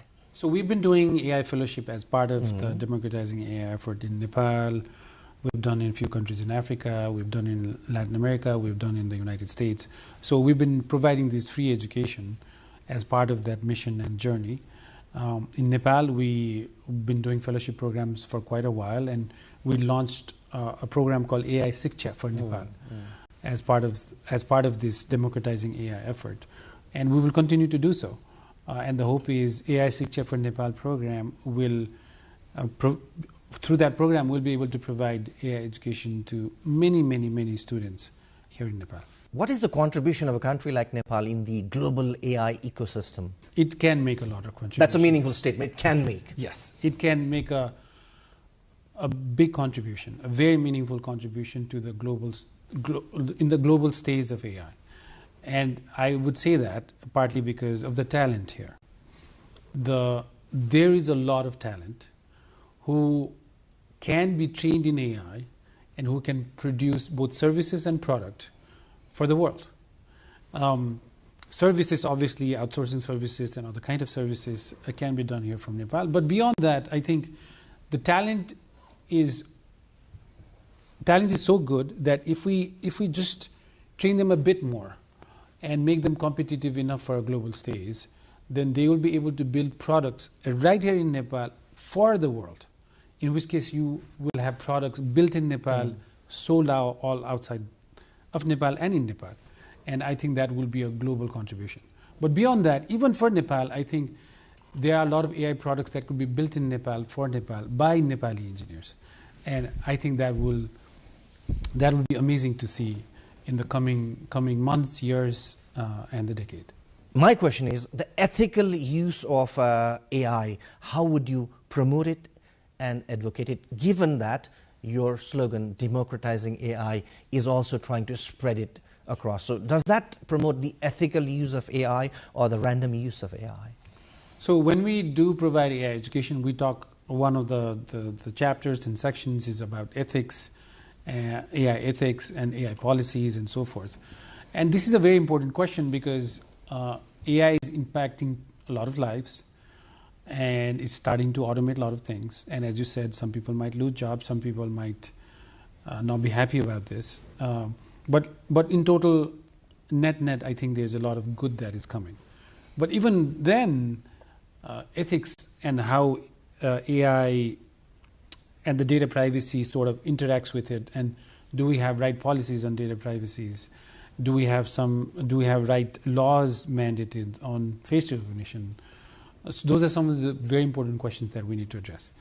And I think many countries are starting to catch up to the tech, right? Because the tech's so speeding ahead that government, federally, locally, are still doing a catch-up game on policies, right?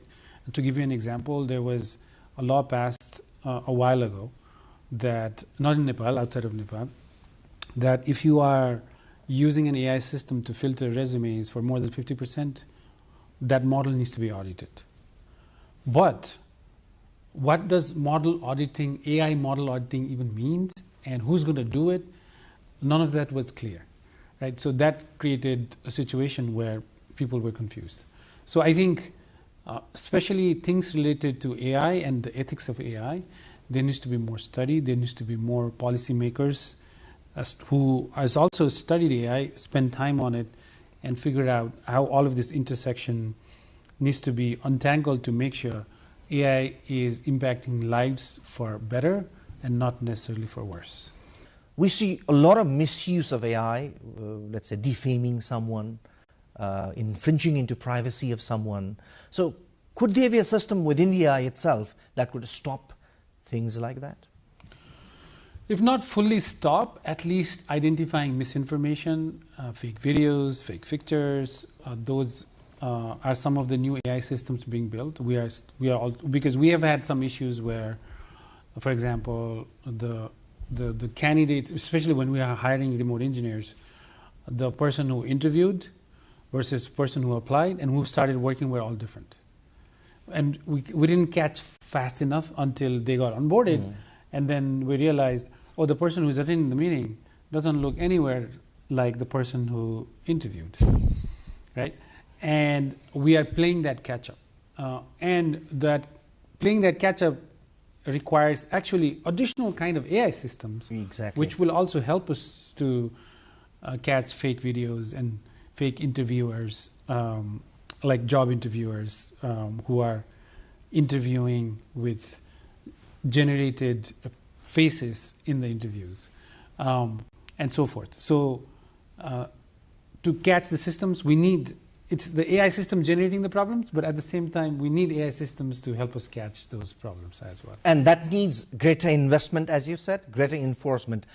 For example, kids as young as, let's say, 10, 12, were exposed to AI tools, are not aware about the ethical use of AI, because the system that they are exposed with would be the cheaper one, readily available one, free to use one, which are more onto attracting users and generating money out of that. So can there be a system within the AI to control things as such? Yeah, definitely. I think there is verification systems coming in place. And I think even the large language model systems like ChatGPT and others are coming up with a framework on how to give a safe access to kids of certain ages, below 13, below 9, below 18, and so forth. So those could be built in. Very interesting conversation. We're talking to Dr. Samir Maske, founder and CEO of Fuse Machines, adjunct associate professor at University of Columbia, teaches artificial intelligence, which could replace you and I tomorrow unless we get to learn about it, unless we learn more and more about it. We are trying to conclude this conversation now. Dr. Samir Maske, what message do you have to the aspiring Nepali entrepreneurs who want to build businesses around AI, IT, and go globally as you? What I would say is, for aspiring entrepreneurs here, you have the talent, you have skills that are equally competitive to any other aspiring entrepreneurs around the world.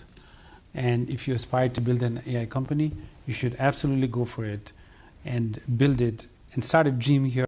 But I'm pretty sure many will be able to take it to the global stage. So you should just absolutely go for it. Final thought on the political changes that the country has seen, if any you want to make? There's been a lot of changes over time, and some of the frustrations have boiled up to a level where it brought about this change. And this puts us at a beginning stages of being able to bring a new kind of processes, new kind of developments, and a new energy in the youth that hopefully will energize the whole government. And hopefully with the new election coming in, we'll have a new government set up that will work for all Nepali citizens for the greater good of Nepal. Dr. Samir Maske. Dr. Maske, it was a great pleasure for NTV World Studios to have you on Declassified. Wish you more luck, and maybe you would be able to make your company more global next time we meet again. Thank you so much for your time and your thoughts. Thank you so much. Thank you. Well, we had a very inspiring conversation with Dr. Samir Maske, the founder and CEO of Fuse Machines. Hope this conversation inspires all the budding entrepreneurs who would like to follow his footsteps, if not being better than what he has achieved so far.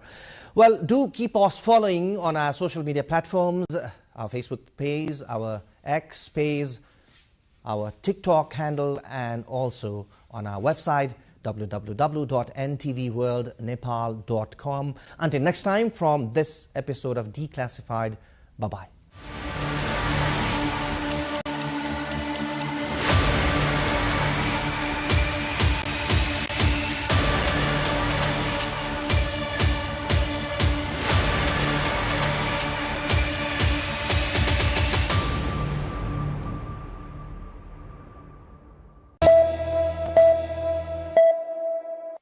Dr. Koloni, as chair of AIN, you've spoken about regulatory frameworks that risk constraining the civil society.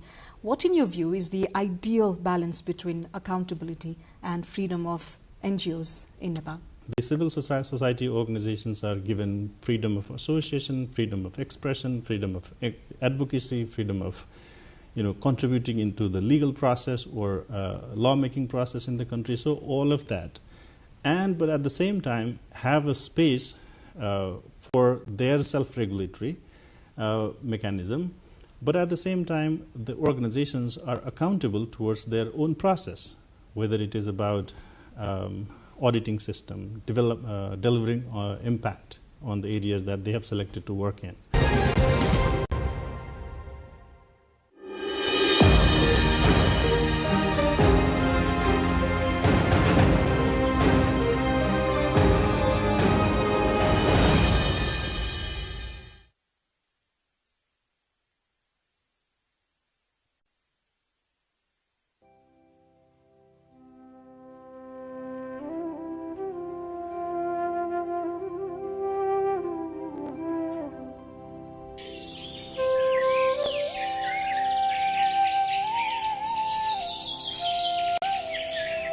Every dawn begins with a promise.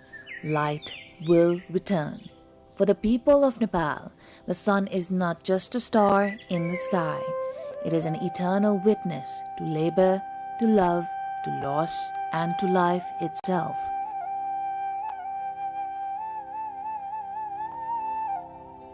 The scriptures call it Aditya, the giver of vitality, the sustainer of truth. Farmers bow to it before planting their seeds. Mothers pray to it for the well-being of their children. To the people of Nepal, the sun is not a distant deity. It is divinity made visible. and that reverence is best manifested in Chhat.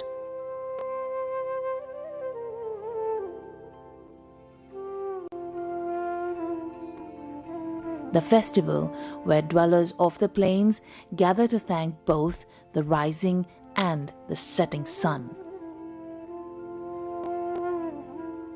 This Chhat festival is a Hindu Vedic festival, which is not only celebrated in India and Nepal these days. It has transcended to all the frontiers. Previously, it used to be celebrated in India and Nepal only. But these days, the devotees who belong to Hinduism or from Islamic community, even they are celebrating abroad. Since this festival is the celebration of the nature and it promotes organic way of life, it promotes pollution-free atmosphere and environment, this festival has reached to all the walks of life because it promotes equality. As you could see that the devotees at the same pond, no matter whichever caste or class they belong, they are considered to be equal. The roots of this festival lie deep in the ancient plains of Mithila, a cultural landscape shared by Nepal and India, where faith, soil, and sunlight have long shaped life itself. From its earliest mention in the Vedas to its celebration today, Chhat has journeyed through centuries and civilizations changing form, yet never losing its spirit of purity, discipline, and gratitude. It's a 5-day festival. The first day is called Marua Mas Barnai. Barnai means to refrain from. In that day, the devotees take a pledge to refrain from consuming non-vegetarian food and garlic and onion-made food items. And the second day is called Nahai Khai. In that second day, the devotees first take bath, then offer prayers to the sun god, and then consume pure food. The third day is called Kharna. And in that day, the devotees take fast till evening and break the fast with the prasada of kheer and banana. On the fourth day, we could see the Sandhya Argya, that is evening prayers. All the prasada which is offered to the sun god, each and every prasada is offered to the sun god by standing in the waters. And the same thing is repeated in the fifth day, that is called Usa Argya. Usa means the prayer for the rising sun.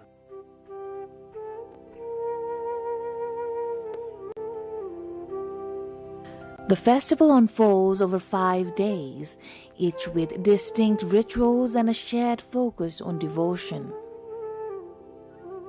Families prepare offerings, maintain sacred spaces, and observe fasts while communities gather along water bodies, including river banks and ponds, to offer prayers to the rising and the setting sun.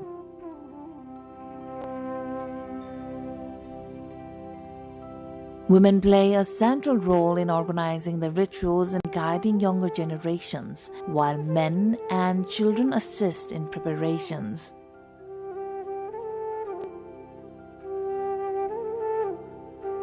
The collective participation reinforces family bonds and community cohesion, bridging generations in a shared cultural practice.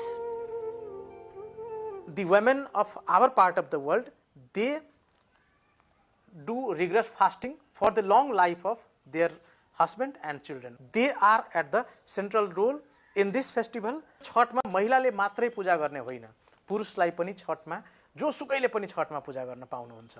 यहाँ कुनै जेन्डरको बायस छैन.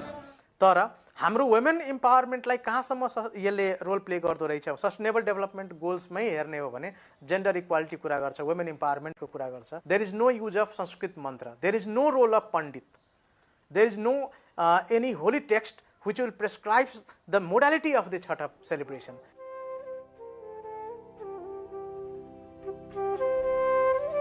The festival emphasizes the cleanliness of rivers, ponds, and the banks, which are central to the rituals.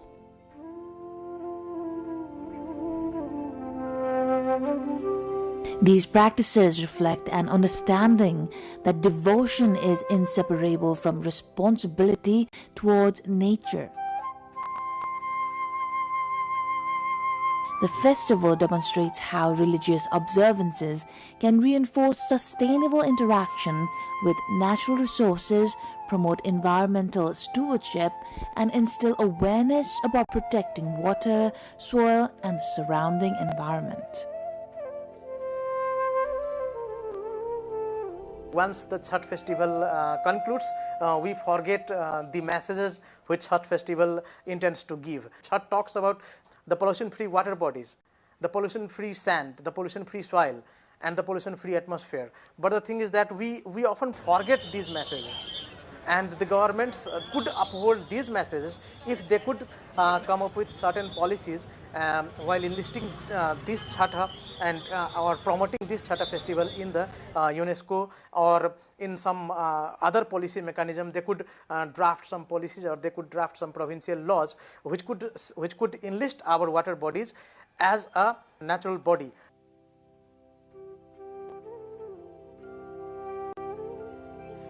Chhath also supports local economies and traditional practices. Families rely on only locally sourced fruits, vegetables, and bamboo baskets, while vendors sell traditional items for the festival. Home-prepared offerings and locally produced goods strengthen community livelihoods and ensure that cultural indigenous skills and knowledge are preserved. By linking tradition with practical benefits, Chhath sustains both social and economic aspects of the communities and celebrate it.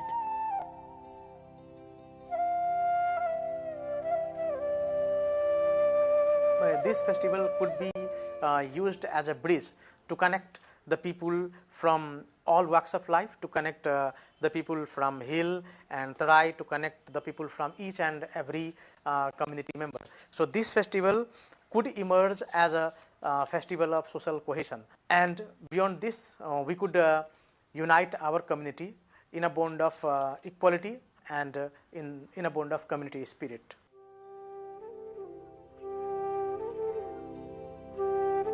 From Mithila to Kathmandu and beyond, Chhath bridges regions and generations.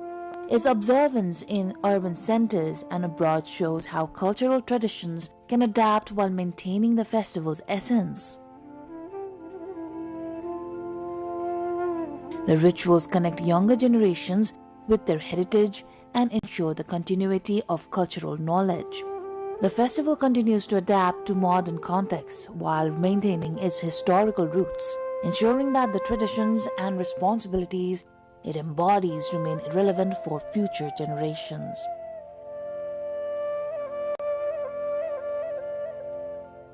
The Holy Scriptures also talks about Chhath festival. Lord Sita had performed Chhath festival after Lord Rama came from Banvasa.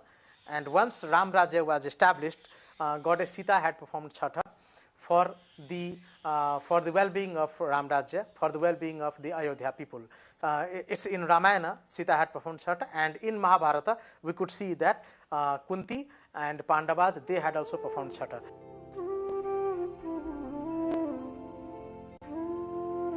Practices become culture, good practices become religion, and Chhath reflects a tradition that transcends boundaries, uniting communities across the Mithila region.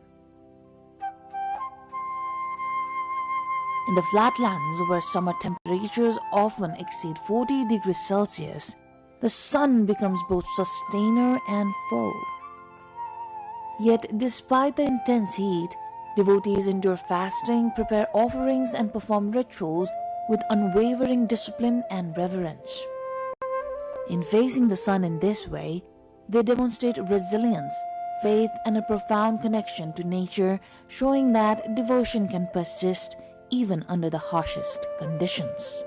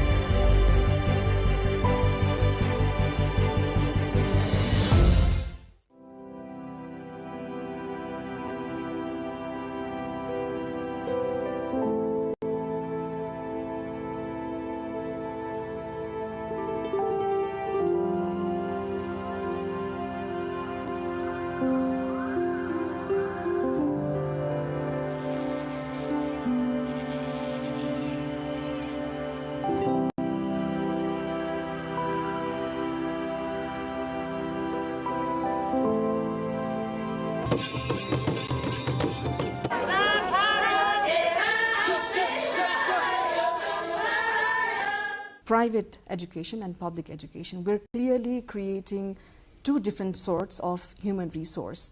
And then it ultimately culminates into sending two types of workforces as well. We're creating workforces, one for the Gulf nations that solely work to make a living, the other to the developed countries who either go there for education, higher education, or skilled jobs. Where are we lagging? We are at in a world where I think you wouldn't be in a position to say that nationalize everything, government should run all the schools, and then so all the private schools are shut down, and that's how you're gonna create equality. I think we've heard those kind of political, social, economic voices also, but that has not translated into reality. So what is the workable solution in that case? It's only that we improve the quality of public schools. It's only through improving the public school system that you can sort of like bridge that gap. What do you need to do? There are a lot of things. Invest in infrastructure, like healthcare we talked about. We need to improve the infrastructure of education. We need to continue to provide support to educators. With this recent change of federalism, there has again been the gap created where the school teachers feel there's lack of support system now than it used to be in the past, which is very unfortunate.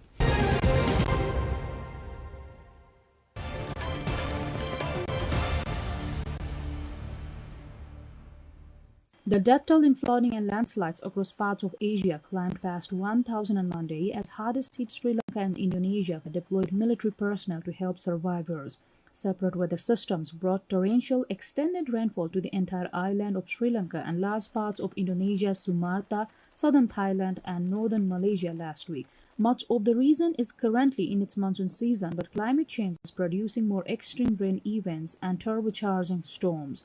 The relentless rains left residents clinging to rooftops, awaiting rescue by boat or helicopter, and cut entire villages off from assistance.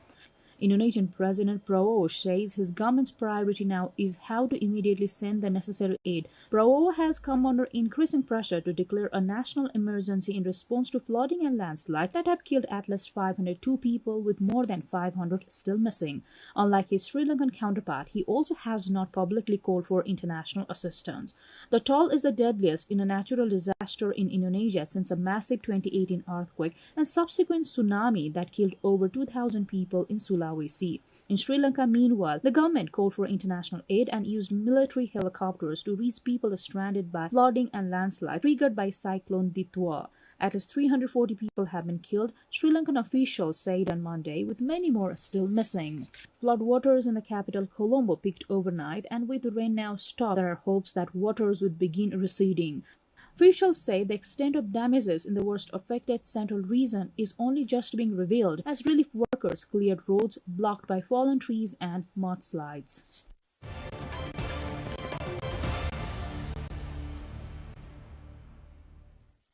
The Airbus fleets are returning towards normal operations after the European plane maker pushed through abrupt software changes faster than expected as it wrestled with safety headlines long focused on rival Boeing. Dozens of airlines from Asia to the United States say they had carried out a SNAP software retrofit ordered by Airbus after a vulnerability to solar flares emerged in a recent mid-air incident on a JetBlue A320.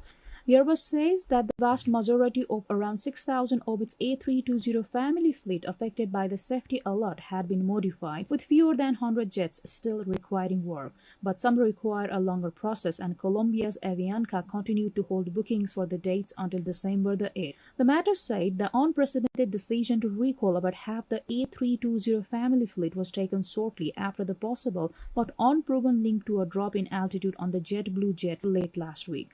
Following talks with the regulators, Airbus issued its 8-page alert to hundreds of operators on Friday, effectively ordering a temporary grounding by ordering the repair before the next flights.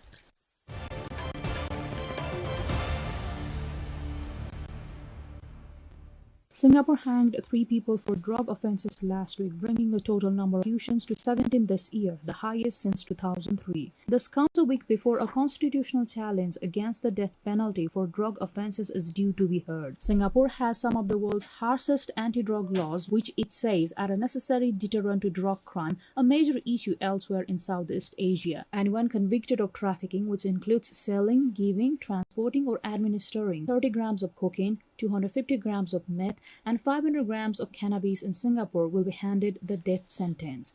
The 7 activists who filed the constitutional challenge argued that Singapore's mandatory death penalty violates constitutional rights to life and to equal protection of the law. The Singapore government maintains that removing the death penalty could lead to more dire consequences. These include more serious crime, violence, drug-related deaths, including the deaths of innocent young children, its Home Affairs Minister said earlier this year.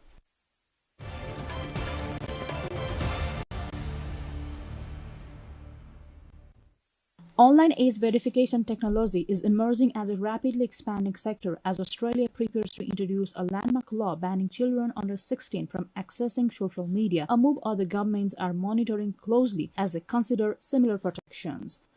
At the London headquarters of Yoti, one of the leading companies in the field, employees are testing the robustness of the company's algorithm by attempting to fool it with a lifelike mask, part of the company's ongoing effort to ensure its systems cannot be easily deceived. Its chief executive, Robin Tom, says demand for reliable age verification tools has surged alongside global debates on child safety and platform accountability. He added that the company now performs roughly 1 million age checks every day. We can't give you too much, of the magic, but we do check to see whether we think people are using false accessories or they are using makeup and other such things. We're very careful about that. Yoti is a privacy-preserving business where we want people to be able to prove who they are or how old they are or what credentials they might own, but with control and with privacy. So for facial age estimation,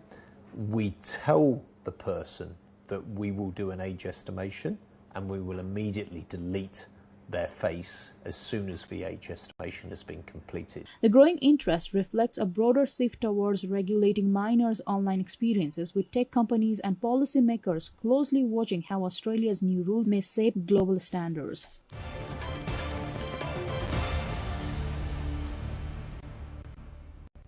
Pope Leo XIV received a spirited welcome at Lebanon's Babda Presidential Palace, where dancers performed traditional steps despite heavy rain drenching supporters gathered along the roadside. Crowds lined the streets leading to the palace, cheering and waving as the pontiff arrived for his scheduled meeting with President Joseph Aoun and senior Lebanese officials. The festive reception, marked by rhythmic music and national pride, underscores the significance of the visit and the hope it inspires among many in the country. Many in the crowd described the moment as historic, noting that such enthusiastic welcome reflects Lebanon's deep cultural and religious diversity. The Pope's arrival, widely covered across Lebanese media, is praised as a symbolic gesture of solidarity during a period of ongoing national hardship.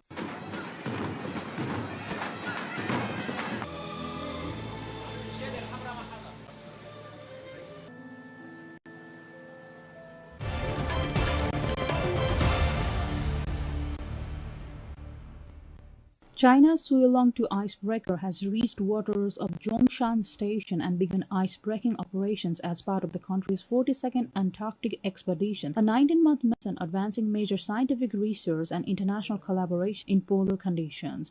The Suilong, which completed resupply in Hobart of Australia, has crossed the westerlies and it is expected to reach waters about 60 kilometers from Zhongshan Station on December the 1st. The expedition, supported by both the Suilong and Suilong-2, will conduct multidisciplinary scientific surveys, advance several major national research projects, and test domestically developed equipment under polar conditions.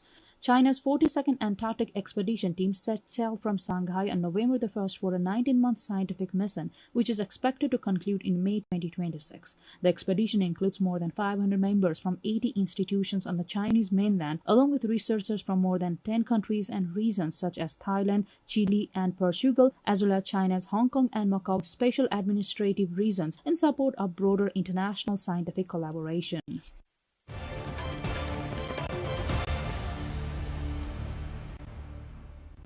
A rare magnum of champagne served at the wedding of Lady Diana and the Prince of Wales, now King Charles III, in 1981, is set to go on auction on December the 11th in Denmark. It is said that only 12 magnums exist, and this is one of them. Speculating on the bottle's potential buyer, the Danish auction house says it could be a classic wine who finds it amusing to have this bottle in their collection, but also a collector of royal items. The bottle is estimated to be worth between $77,600 and $93,000 US.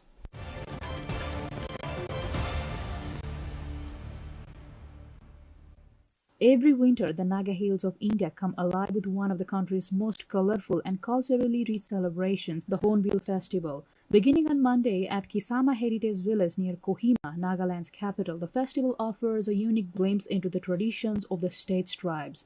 Organized by the State Tourism and Art and Culture Department, the Hornbill Festival is named after Nagaland's cherished bird, the hornbill, which features prominently in local folklore. The event has become a symbol of unity and pride, bringing together diverse tribal communities to celebrate their heritage. The Hornbill Music Festival, known as India's largest music festival, adds a modern rhythm to the traditional celebrations. It encourages intertribal interaction and cultural displays, blending dance, crafts, sports, and food into a vibrant spectacle. The 2025 edition promises to be as engaging as ever, offering international visitors a rare window into the lives and traditions of Nagaland's tribes.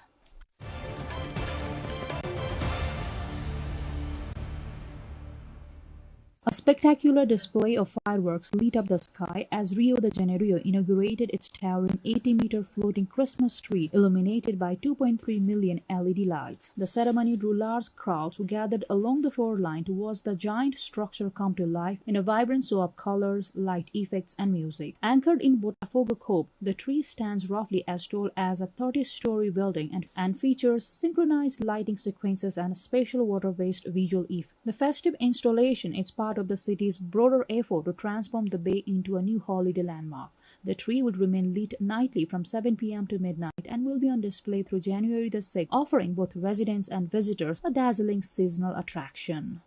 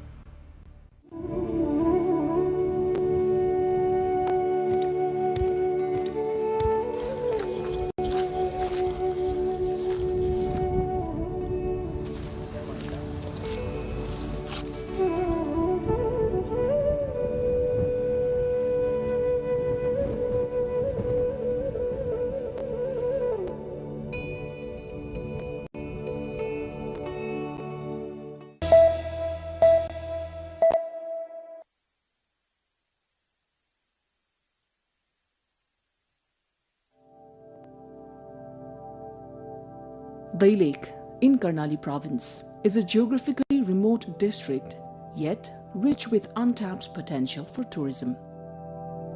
Stepping into Dai Lake, celebrated as a treasure trove of Khas art, culture and heritage, brings a unique sense of joy. Journey begins amid its natural beauty, leading us toward Mahabu Rural Municipality. As we leave the mid-hill highway, the terrain becomes challenging, with hilly, muddy roads demanding patience and skill. Long lines of vehicles crawl carefully along the cliffs, reflecting both the difficulty of the route and the enduring devotion of Mahabu Dham. Many travelers choose to continue on foot, advancing step by step toward their destination. Passing through Channa, Dasarathi, Okharbans, Bhavsaini, Noli and Unipata, pilgrims ascend the slopes toward Lisne before finally reaching Mahabu Patan. Pilgrims from Dai Lake and nearby districts often arrive late at night, having begun their journey the previous day. The path to Mahabu Dham is thrilling, adventurous and breathtaking, made even more dramatic by the steady rain, drifting fog and steep inclines. Yet the journey itself feels uniquely rewarding.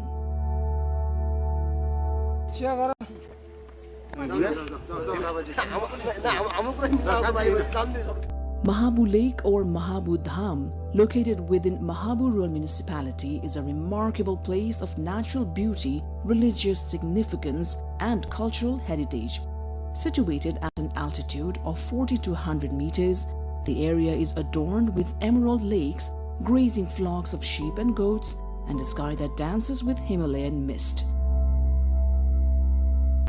Every year, during Janai Purnima, a grand fair is held here, drawing thousands of devotees from across the region. Mahabu Dham's spiritual importance is deeply rooted in the ancient worship of Lord Shiva, revered here as the origin site.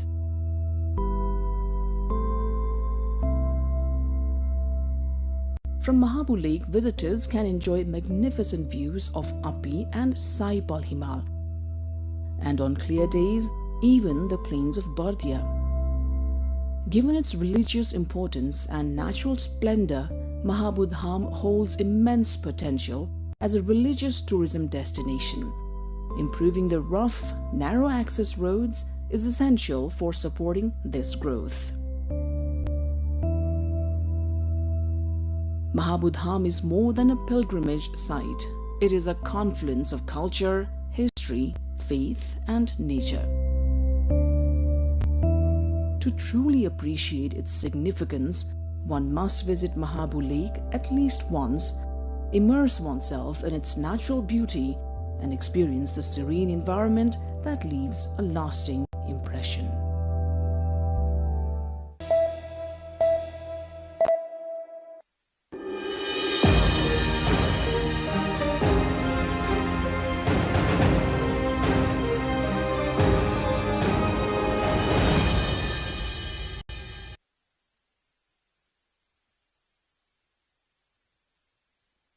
Hello, Saudi Kharka, hello!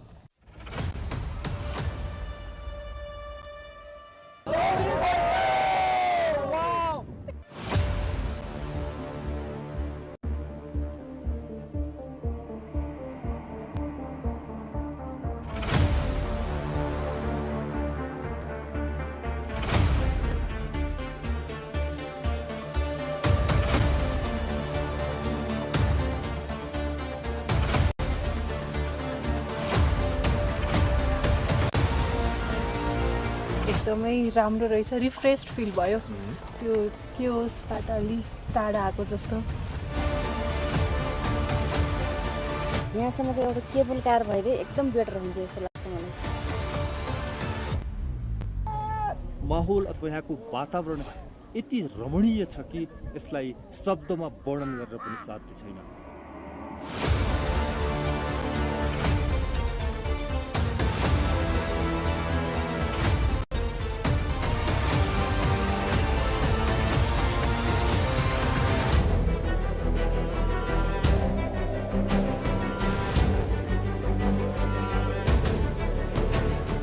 The gently flowing Sani Bheri is suddenly veiled by drifting clouds, and with the chill rising from its swift current, the desire to soar is fulfilled as we enter eastern Rukum.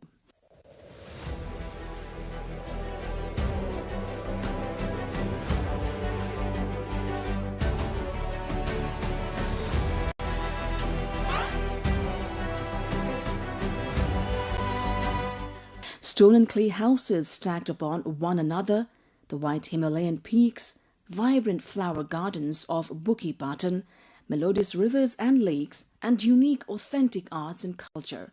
All of these make Eastern Rukum a place that captivates every visitor.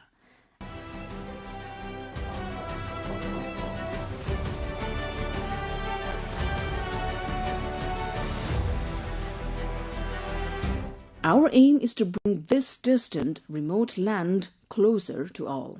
This time our destination is Chauri Kharka, located at an altitude of about 4,000 meters above sea level.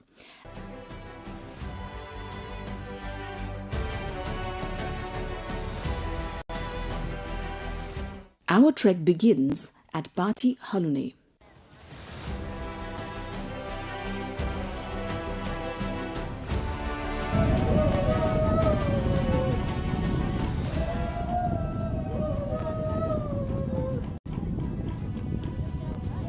on the border of eastern Rukum and Baglung along the Mid-Hill Highway. Though it is said that the hike to Chauri Kharka takes around 3 hours, we wonder how long it will take us.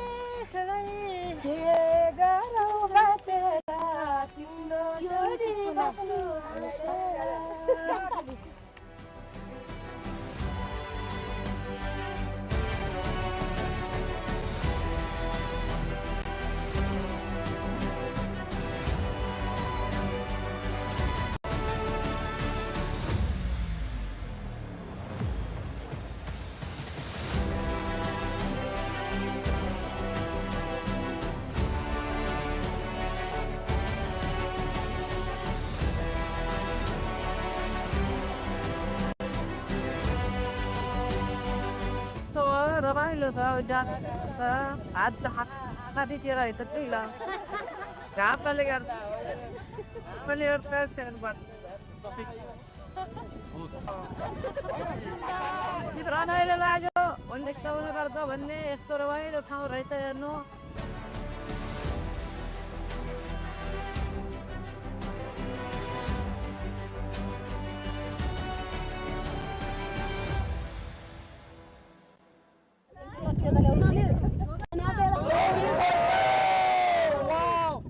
I'm very happy.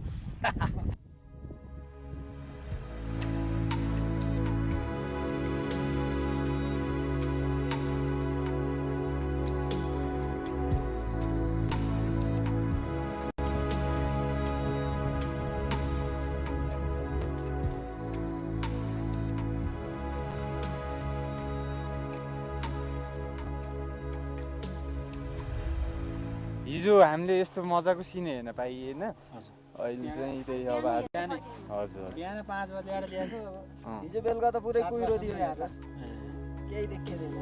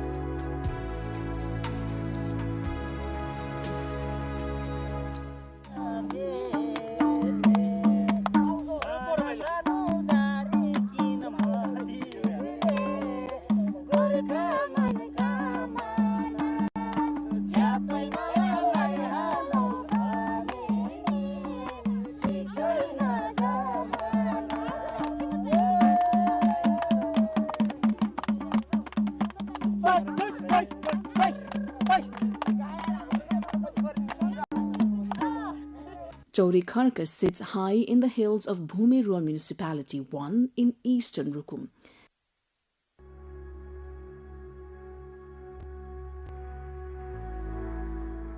It is truly a rare gift of nature, beyond words to fully describe.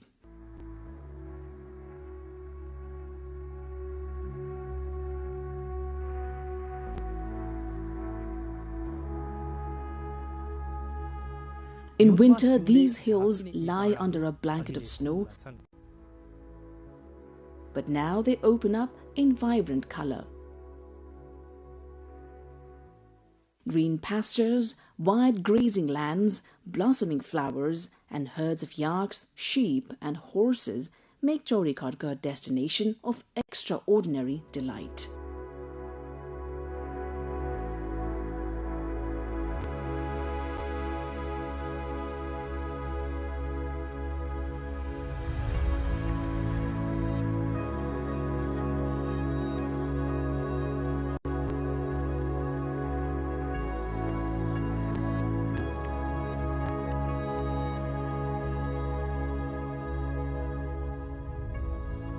When the sun breaks through the northern peaks, Puta, Dhaulagiri, Chure, and Sisne, they reveal themselves in full grandeur. Rivers flowing through the valleys, including the northern Ganga and Niseldhor, together with the backdrop of Dhor Patan, enchant every traveler. The meadows of Chaurekarka bloom with colorful flowers. Among them, cows, sheep, and horses graze peacefully, creating a scene that feels almost dreamlike.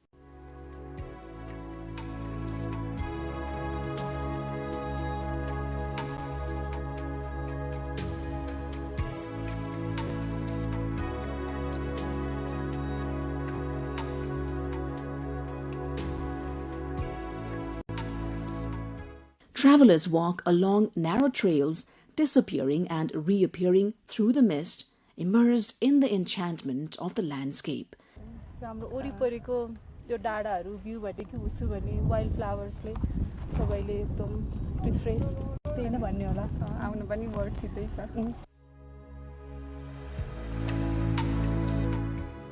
The weary faces of trekkers brighten as they take in these views, and you can clearly see joy and wonder reflected in their eyes.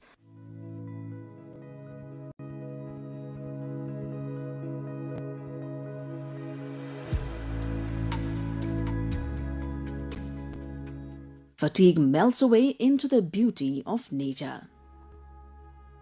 Eastern Rukum is blessed with a wealth of natural treasures, mountains, rivers, lakes, caves, and valuable herbs.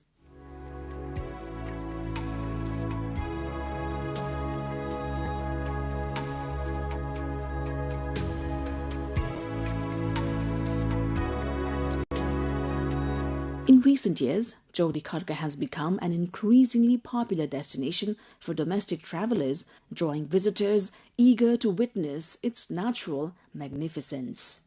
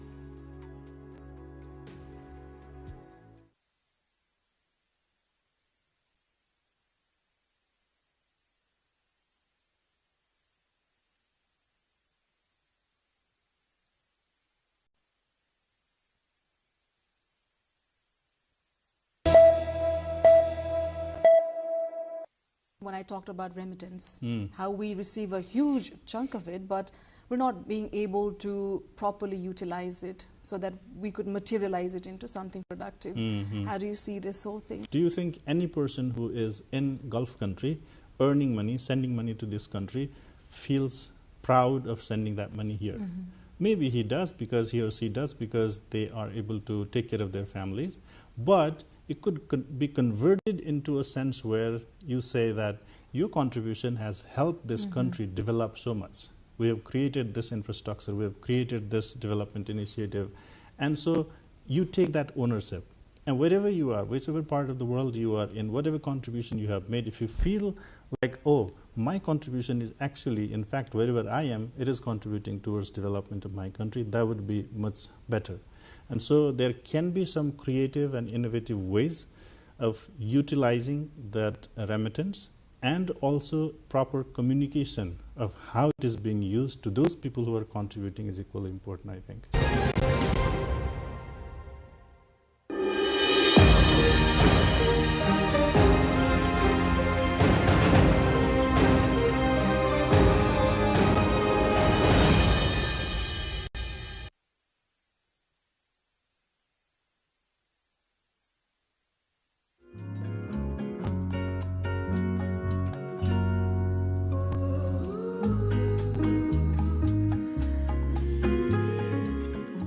প্রমত্তা পদ্মার বুকে সগৌরবে দাঁড়িয়ে থাকা এক অহংকারের নাম পদ্মা সেতু। দেশের দক্ষিণাঞ্চলকে রাজধানী ঢাকার সাথে যুক্ত করেছে ৬.১৫ কিলোমিটার দীর্ঘ এই সেতু। গত বছরের জুনে চালু হওয়া এই সেতু ইতোমধ্যে দেশের অর্থনীতিতে রাখতে শুরু করেছে বড় অবদান। নানা প্রতিকূলতা পেরিয়ে বিশাল এই স্থাপনাটি হয়ে উঠেছে জাতির সক্ষমতা ও গর্বের প্রতীক হিসেবে। দেশের সবচেয়ে দীর্ঘ ও নান্দনিক স্থাপত্য শৈলীর এই সেতুকে ঘিরে মানুষের আগ্রহ বিপুল। পদ্মা সেতু দেশের অর্থনীতিতে অবদান রাখার পাশাপাশি এই সেতুকে ঘিরে অত্র এলাকায় তৈরি হয়েছে ব্যাপক পর্যটন সম্ভাবনা। সেই সাথে নদীকেন্দ্রিক পর্যটনেরও বিরাট সম্ভাবনা দেখা দিয়েছে স্বপ্নের পদ্মা সেতুকে ঘিরে।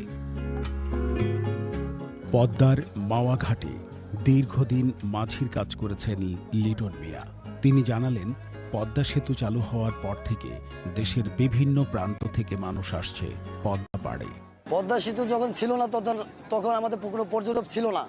পদ্মা সেতু হওয়ার পর আমাদের পর্যটক বেড়ে গেছে, মানে অনেক প্রচুর পরিমাণ লোক আসে ঘুরে, আমাদের ইনকামের সোর্সও বাড়ছে আগের চেয়ে।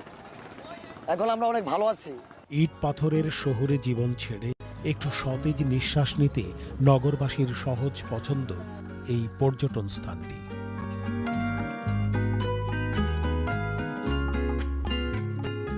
রাজধানী ঢাকা থেকে মাত্র ৩৫ কিলোমিটার দূরে এই স্থানটিতে আসা যাওয়ার পথে পর্যটকদের দারুণভাবে আকৃষ্ট করে ঢাকা মাওয়া এক্সপ্রেসওয়ে।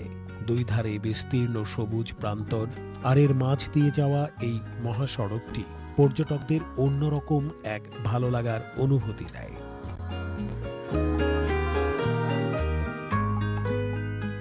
পর্যটকদের ক্রমবর্ধমান চাহিদা মেটাতে নানাবিধ সুবিধা চালু হয়েছে পদ্মা সেতুর দুই প্রান্তে। গড়ে উঠেছে বেশ কিছু আধুনিক রিসোর্ট ও রেস্তোরাঁ।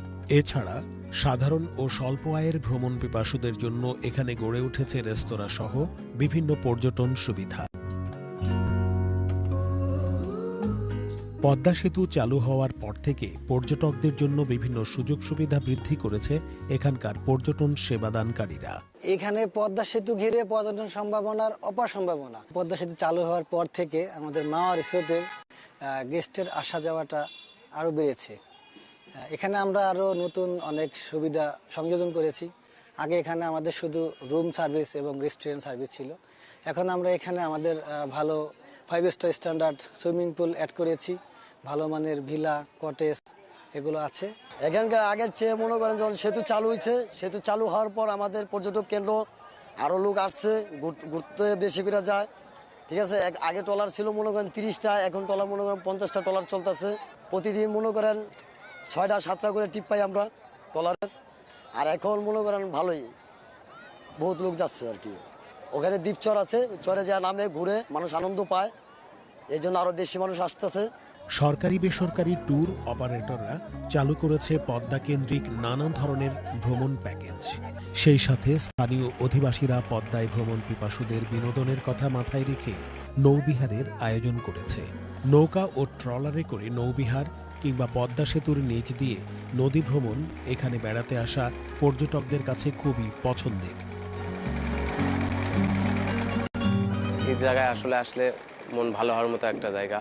এই জায়গায় সেতু দেখলাম, আশেপাশে মনোরম দৃশ্য দেখলাম, মোটামুটি খুব সুন্দর। পদ্মার নিচ থেকে ছবি তুলছি, তারপরে এখানে আসি টঙের দোকানে চা খাইলাম, ঝালমুড়ি খাইলাম, পরিবার মিলে রেস্তোরাঁয় খাবো পদ্মার ইলিশ দিয়ে। সবকিছু মিলাই যে অনুভূতিটা অনেক ভালো। এখানে এসে নৌকা দিয়ে ঘুরে চমৎকার কিছু মানে সময় উপভোগ করলাম, ভালো লেগেছে, বেশ উপভোগ করেছি সময়টা আমি। পদ্মা পাড়ে বেড়াতে আসা পর্যটকদের সবচেয়ে বড় আকর্ষণ পদ্মা নদীর রূপালী ইলিশের স্বাদ। পদ্মা পাড়ে বেড়াতে এসেছেন অথচ ইলিশ খাবেন না এমন মানুষ পাওয়া সত্যি বিরল।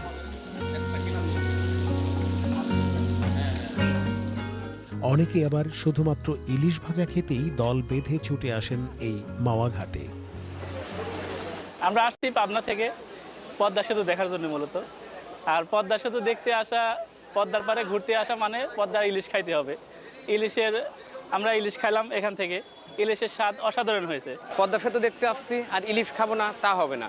এখানে এসে খুব সস্তায় ইলিশ পেলাম, খাইলাম, অনেক ভালো লাগলো। ইলিশ খাওয়ার জন্য সারাটা বাংলাদেশের থেকেই অনেক দূর দূরান্ত থেকে লোকজন এসে ইলিশ ভাজা খায় এবং তার সাথে ইলিশের লেজ ভর্তাটা সবচেয়ে সুমধুর। ইন্ডিয়া থেকে অনেক লোক এ পর্যন্ত আসছে এই ইলিশ খাওয়ার জন্য এবং পদ্মার ব্রিজ দেখার জন্য। পদ্মা সেতুকে ঘিরে এই এলাকায় যে পর্যটন সম্ভাবনা তৈরি হয়েছে তা টেকসই করতে ইতিমধ্যে কিছু উদ্যোগ নিয়েছে সরকার।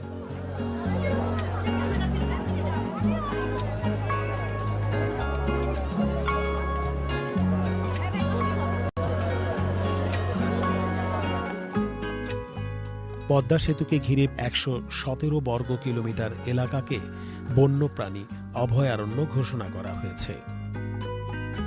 ৩টি সার্ভিস এরিয়া সহ আশেপাশে প্রায় ২.৫ লাখ গাছ লাগানো হয়েছে, যা এই এলাকার পরিবেশ সংরক্ষণে গুরুত্বপূর্ণ ভূমিকা রাখবে। তবে এখন পর্যন্ত পদ্মা সেতু কেন্দ্রিক পর্যটকদের জন্য যে সুযোগ সুবিধা রয়েছে তা খুবই অপ্রতুল। তাই এটিকে আধুনিক ও আকর্ষণীয় পর্যটন স্পট হিসেবে গড়ে তুলতে হলে নতুন করে ঢেলে সাজাতে হবে পুরো এলাকাটিকে। এখন যদি এখানে একটা পর্যটক কেন্দ্র হয়, কি একটা উৎসব করার জন্য একটা পার্ক সিস্টেম হয়, কি গাছগাছলা সিস্টেম হয়, তাই দেখা গেছে লোকজন আরও আসবে, আরও দেখতে আসবে, আরও উন্নত হবে। আমাদের উন্নত বিশ্বের মতো আমরা যদি ইউরোপ এর কথা চিন্তা করি, সেখানের মতো আমরা যদি একটা ক্রুজ শিপ চালু করতে পারি, সেই সাথে এটির মধ্যে যখন একটি ফুড রেস্তোরাঁ থাকবে, সেই রেস্তোরাঁটাতেও তারা ফুডটাকে এনজয় করতে পারবে। পদ্মার একটি চর রয়েছে, যে চরটিকে কেন্দ্র করে একটি যদি রিসোর্ট গঠন করা যায়, যে রিসোর্টটিতে অনেক পর্যটক কিন্তু আসবে এবং সেখানে তারা থাকবে। কারণ এই জায়গাটি এখন একটি লুক্রেটিভ একটি জায়গা, যেটি শুধু বাংলাদেশের অভ্যন্তরীণ পর্যটক নয়, সেটি কিন্তু আন্তর্জাতিক পর্যটকদের কাছেও কিন্তু আমরা যদি ছোটো ছোটো কিছু প্রোমো তৈরি করে এটিকে যদি আমরা সোশ্যাল মিডিয়া, ইউটিউব এবং ইনস্টাগ্রামের মাধ্যমে এই ব্র্যান্ডিংটা আমরা করতে পারি, তাহলে কিন্তু অভ্যন্তরীণ পর্যটকের পাশাপাশি আমরা আন্তর্জাতিক পর্যটকদেরকেও কিন্তু এই পদ্মা সেতু কেন্দ্রিক যে পর্যটন সেখানে আকৃষ্ট করতে পারব। তবে এত সম্ভাবনার মাঝেও আশঙ্কা কম নয়। টেকসই পর্যটনের একটি অতি গুরুত্বপূর্ণ উপাদান হল সুষ্ঠু বর্জ্য ব্যবস্থাপনা। কিন্তু পদ্মা সেতু কেন্দ্রিক যে পর্যটন সম্ভাবনা দেখা দিয়েছে, সেটি বিকাশের ক্ষেত্রে বড় বাধা হয়ে দাঁড়াতে পারে সুষ্ঠু বর্জ্য ব্যবস্থাপনার অভাব ও অবৈধ স্থাপনা। এখানে গড়ে ওঠা রেস্তোরাঁগুলোতে পরিবেশ বান্ধব বর্জ্য ব্যবস্থাপনার অভাব রয়েছে। যত্রতত্র ময়লা আবর্জনা ফেলার প্রবণতা লক্ষ্য করা যায়। অনেক ক্ষেত্রে রেস্তোরাঁর বর্জ্য ফেলা হচ্ছে নদীর ধারে, যা পরিবেশের জন্য মারাত্মক হুমকি স্বরূপ।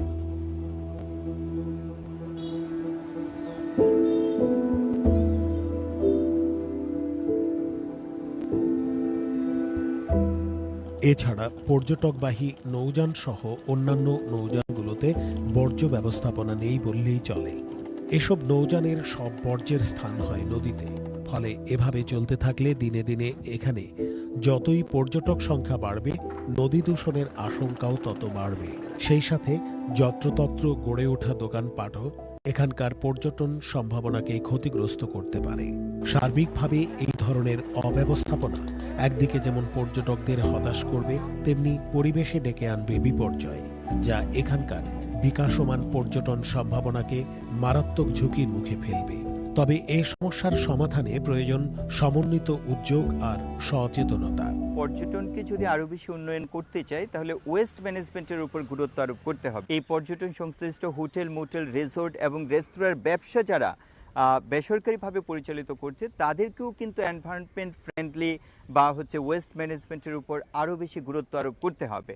সেই সাথে স্থানীয় যে জনগোষ্ঠী রয়েছে তাদেরকে আমরা যদি এই পর্যটনের সাথে সম্পৃক্ত করতে পারি তাহলে একটা অ্যাওয়ারনেস কিন্তু তৈরি হবে অ্যামং দ্য সোসাইটি যে আমাদের এখানে পর্যটন কেন্দ্র গড়ে উঠবে, তবে এটি পরিবেশকে মেনটেন করে এটি সাস্টেনেবল হবে এবং ওয়েস্টটাকে প্রপারলি ম্যানেজ করতে হবে। অনেক শ্রম আর ত্যাগের বিনিময়ে অর্জিত পদ্মা সেতু বাঙালির অহংকার।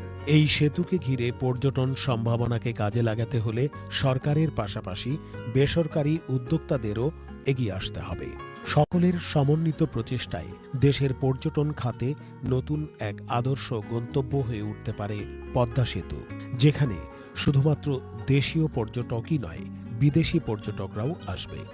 আর এর মাধ্যমে এই অঞ্চল তথা দেশের আর্থসামাজিক অগ্রগতিতে নতুন দিগন্তের উন্মোচন ঘটবে।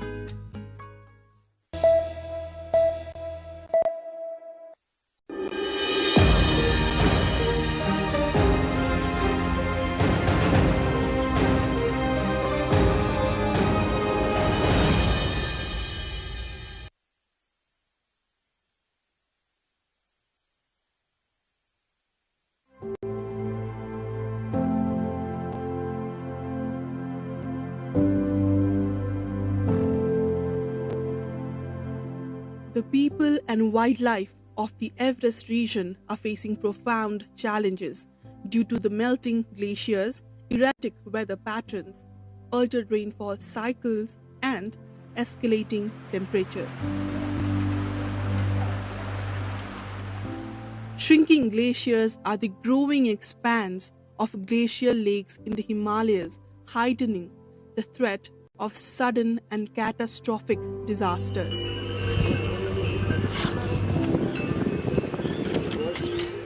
According to a study conducted by ECMOD and UNDP, out of 1,466 glacial lakes in the country, 21 have been identified as potentially dangerous, of which 6 have been placed in the high-risk category, such as Lake Imza in Solukhumbu district.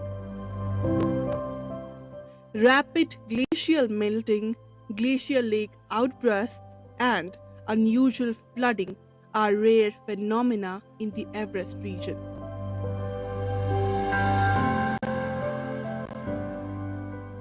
A team of science journalists from Nepal, India, Bhutan, and Bangladesh undertook a 12-day journey from Kathmandu to Everest Base Camp to report on the impact of climate change on the base camp and its surroundings. It is a unique and once-in-a-lifetime experience for the journalists. Flights in the mountainous regions are naturally difficult and can be intimidating. Even so, the participants of Himalayan Climate Bootcamp 2024 are excited to experience this unique once-in-a-lifetime journey. We are excited. Yes. Yes. Very excited. Now excited.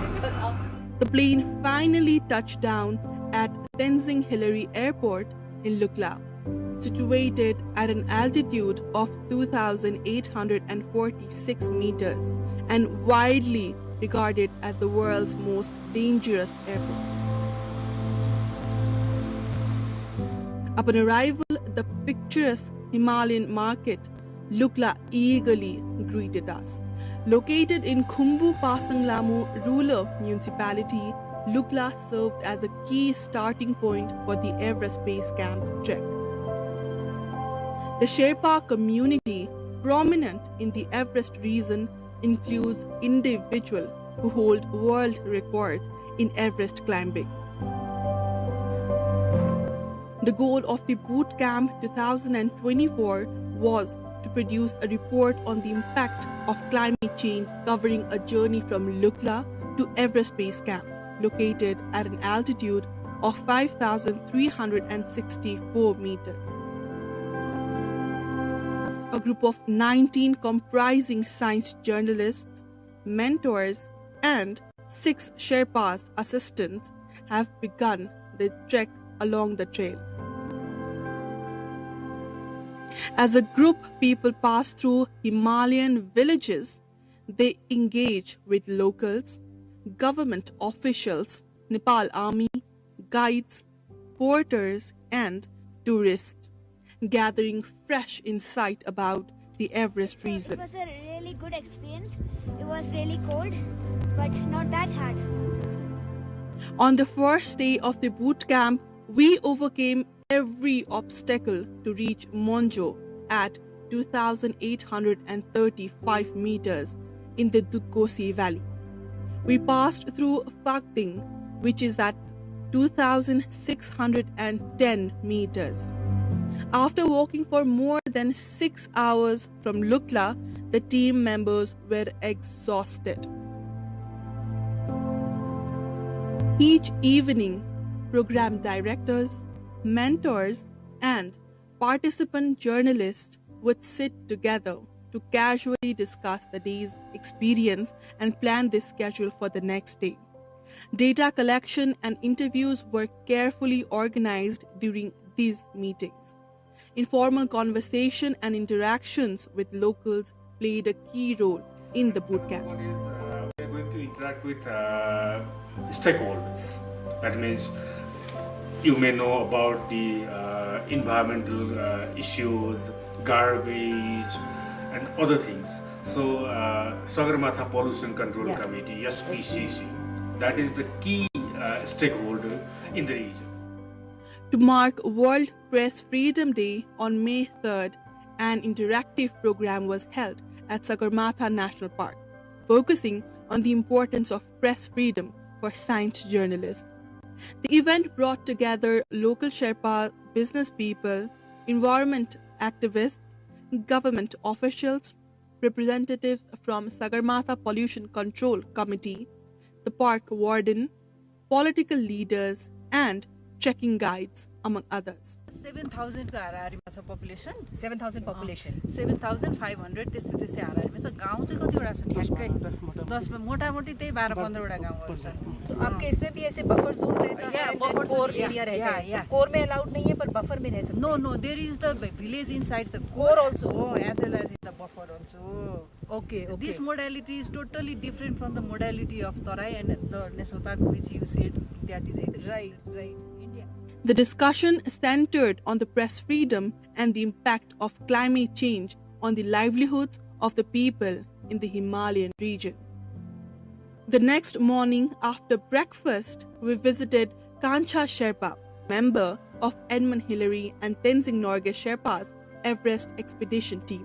Group ko leader नाम के John यहाँ छेउमै रुख छ रुख काटेर 10 वटा रुख भयो बेस क्याम्प गयो बेस क्याम्प पुगेपछि अनि आइस बलमा त्यो रुखको साङ्गो थापेर अनि हामी क्याम्प 1 बनायो अनि त्यही क्याम्प 1 बनाएपछि त त्यहाँबाट त अनि सबै सजिलो छ अनि त्यसो गरेर क्याम्प 2 मा सबै सी लेभल छ क्याम्प 3 मा पनि दुःख छैन अनि क्याम्प 4 मा चाहिँ अनि साउथ कोन हो अनि हामी त्यसो गरेर अनि एभरेस्ट चढेको हामी चाहिँ गएन अनि हेरेर त्यहाँदेखि चाहिँ हामीले सौसमीमा पुर्यायो अक्सियाहरू भोगेर पालाहरू भोगेर माथि सौसमीमा पुर्याएर हामी चाहिँ साउथ खोलमा सुत्न आयो. Afterwards, we headed to the picturesque Himalayan villages of Kumzung, situated at 3,800 meters. Development of Kumzung began after the historic 1953 Everest climb by Hillary and Norgay. With the establishment of Kunde Hospital and Kumzung School by Hillary, there was significant improvements in health, education, and the overall livelihood of the local community.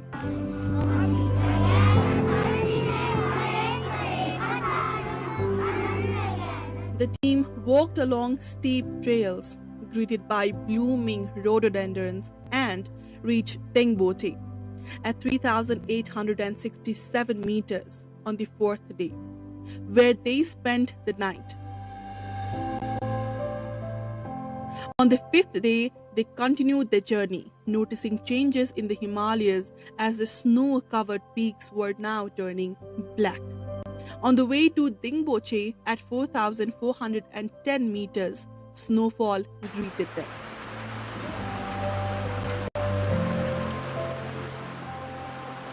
To acclimatize to the altitude, the team stayed in Dingboche on the sixth day.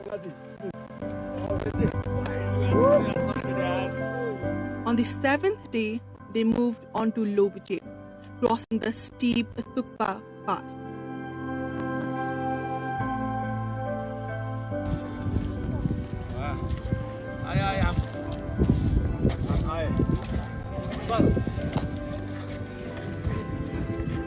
In the evening, they reached the Pyramid International Laboratory and Observatory in Lobuche at 5,060 meters, the world's highest altitude laboratory. During this, they also had an insightful interaction session with an international glaciologist, learning about the changes at Everest Base Camp. Here in the region, with the French, we measure the Mera Glacier up until the peak.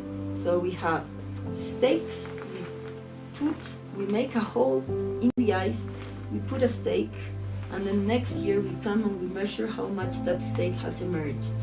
And that's how much the surface of the glacier has lowered, and that corresponds to what the glacier has lost that year. And at the same time, we go to the upper part and we measure accumulation. So an interesting thing is that in the last 2 years, there has not been accumulation at the top of Mera Peak. That is 6,400 meters up and there's no accumulation. And that means that the glaciers are not getting fed up, they are just losing ice. On the eighth day, the team arrived at Everest Base Camp at 5,364 meters and held an interaction with government officials. I think this is a good initiation in the field of journalism science. Even without investing much more dollar money, nobody can come here. The discussion focused on the relocating the base camp, waste management, and the melting glaciers. Yeah, finally, we made it to the base camp. This base camp is an altitude of 5,364 meters and is the part of the Himalayan Climate Boot Camp. And we have 13 journalists from different countries, especially from the SAARC region.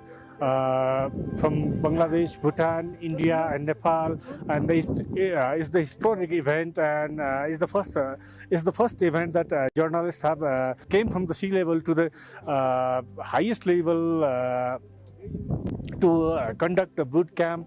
And we have a very lifetime experience, and we observed different issues like glacier melting, status of base camp, Everest base camp, and we met different stakeholders like climbers, government officials, and we have the concluding ceremony in the base camp, and we have government officials, Mr. Himlal Gautam.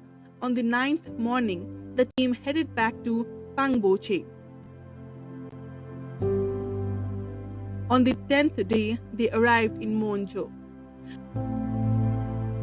Upon returning to Lukla, they engaged in the conversation with climbers, local teachers, female guides, and porters. The evening was filled with entertainment, including a dance performance.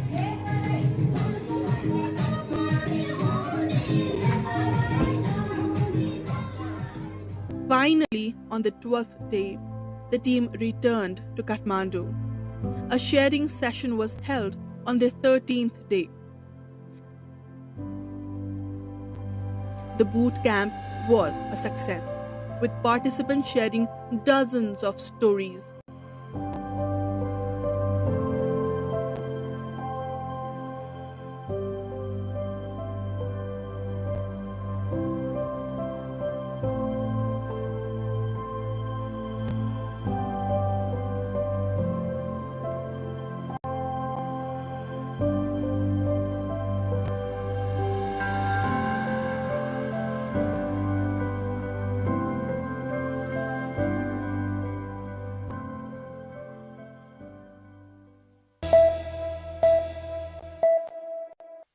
What would be an ideal step-by-step thing that we could do to make sure all our financial activities of the government and everything is transparent and that we deal with corruption? It is our collective responsibility, right? It is not going to be, when we say step-by-step, what may easily come to our mind is, okay, have policy in place, enforce it, right? Have maybe a stronger punishment mechanism, and that's going to work. Of course it will. Well, that needs to happen. But then there's more steps that we need to take if we really want to get into that.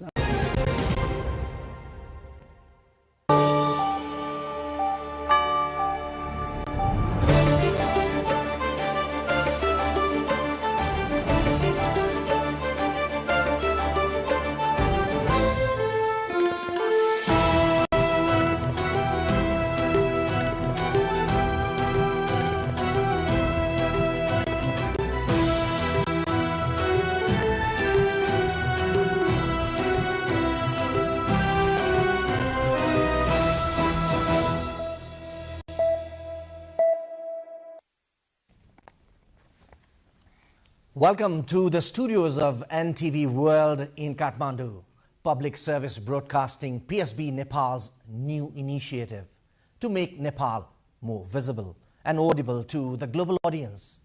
Welcome on board.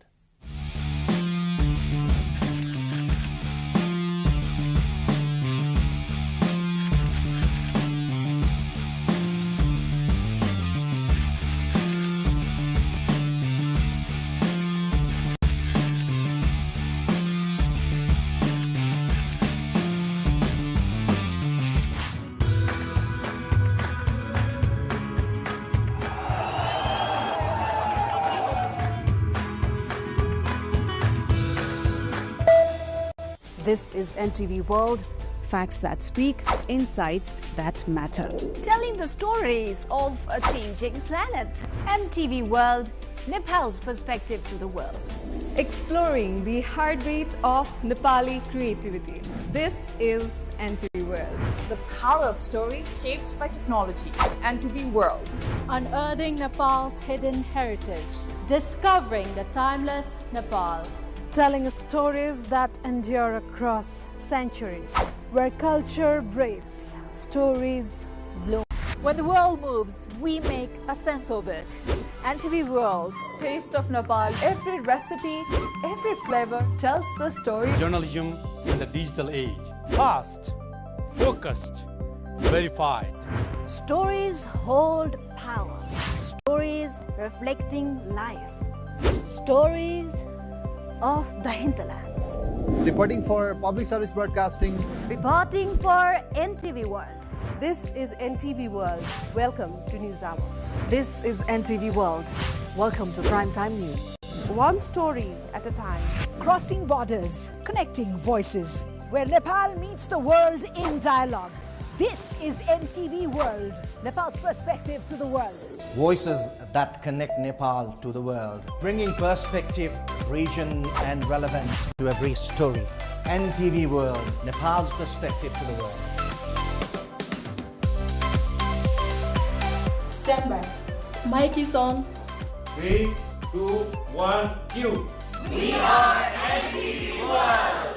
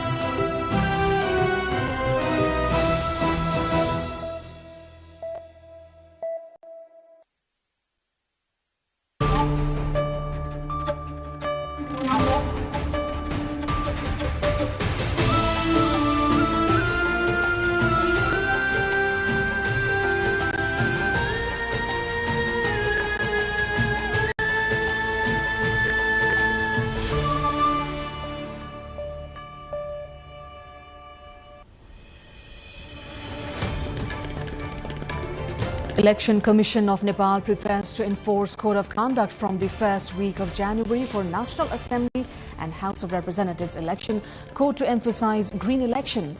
Nepali Congress scheduled Central General Convention party to complete membership distribution by 6th of December.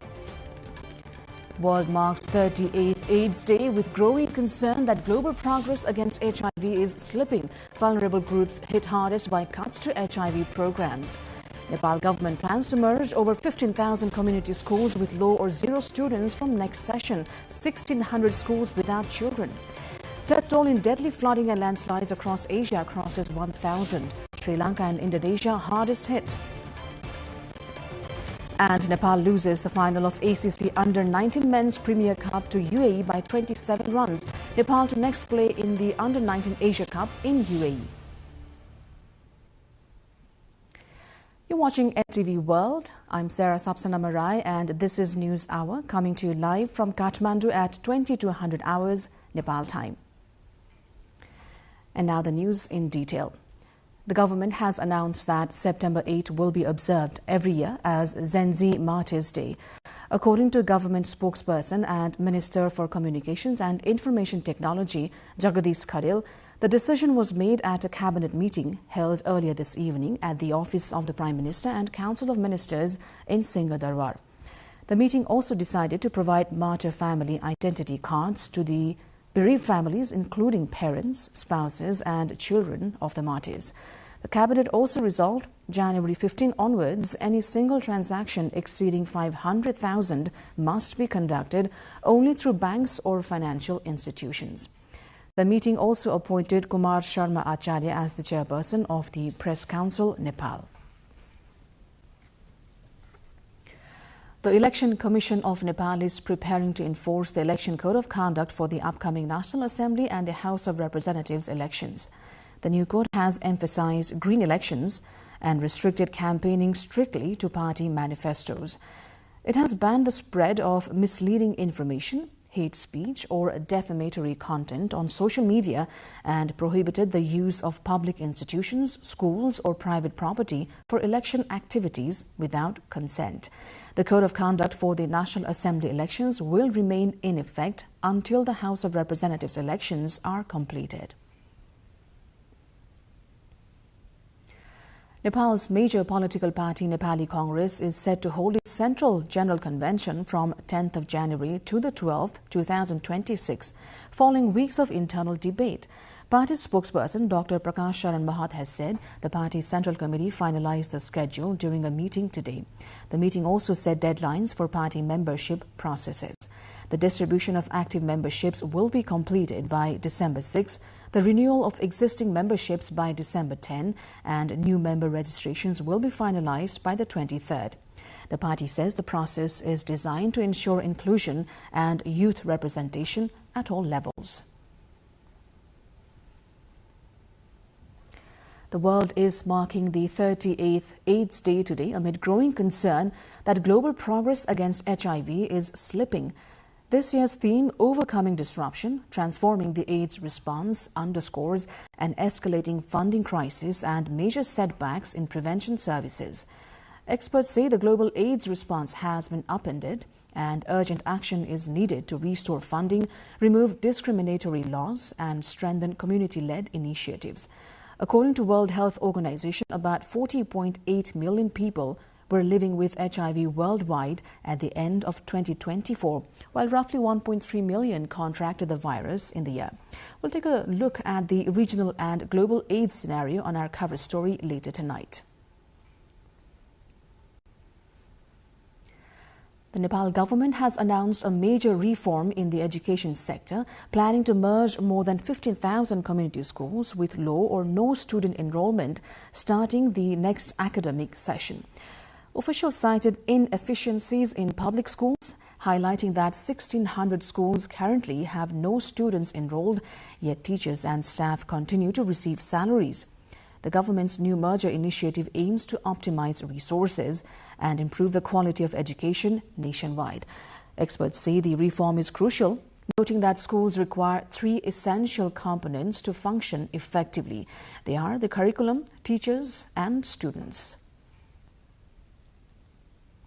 We'll take a closer look on this issue in our cover story later in the bulletin. The toll in deadly flooding and landslides across parts of Asia has climbed past 1,000 as hardest hit Sri Lanka and Indonesia deployed military personnel to help survivors. Separate weather systems brought torrential, extended rainfall to the entire island of Sri Lanka and large parts of Indonesia's Sumatra, southern Thailand and northern Malaysia last week. Much of the region is currently in its monsoon season, but climate change is producing more extreme rain events and turbocharging storms. In Sri Lanka, at least 340 people have been killed, with many more still missing.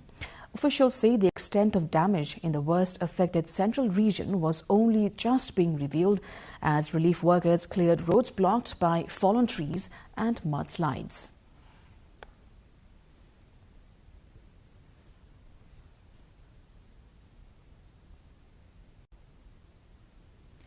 Nepal lost to the UAE in the final match of the ACC Men's Under-19 Premier Cup cricket held in the United Arab Emirates.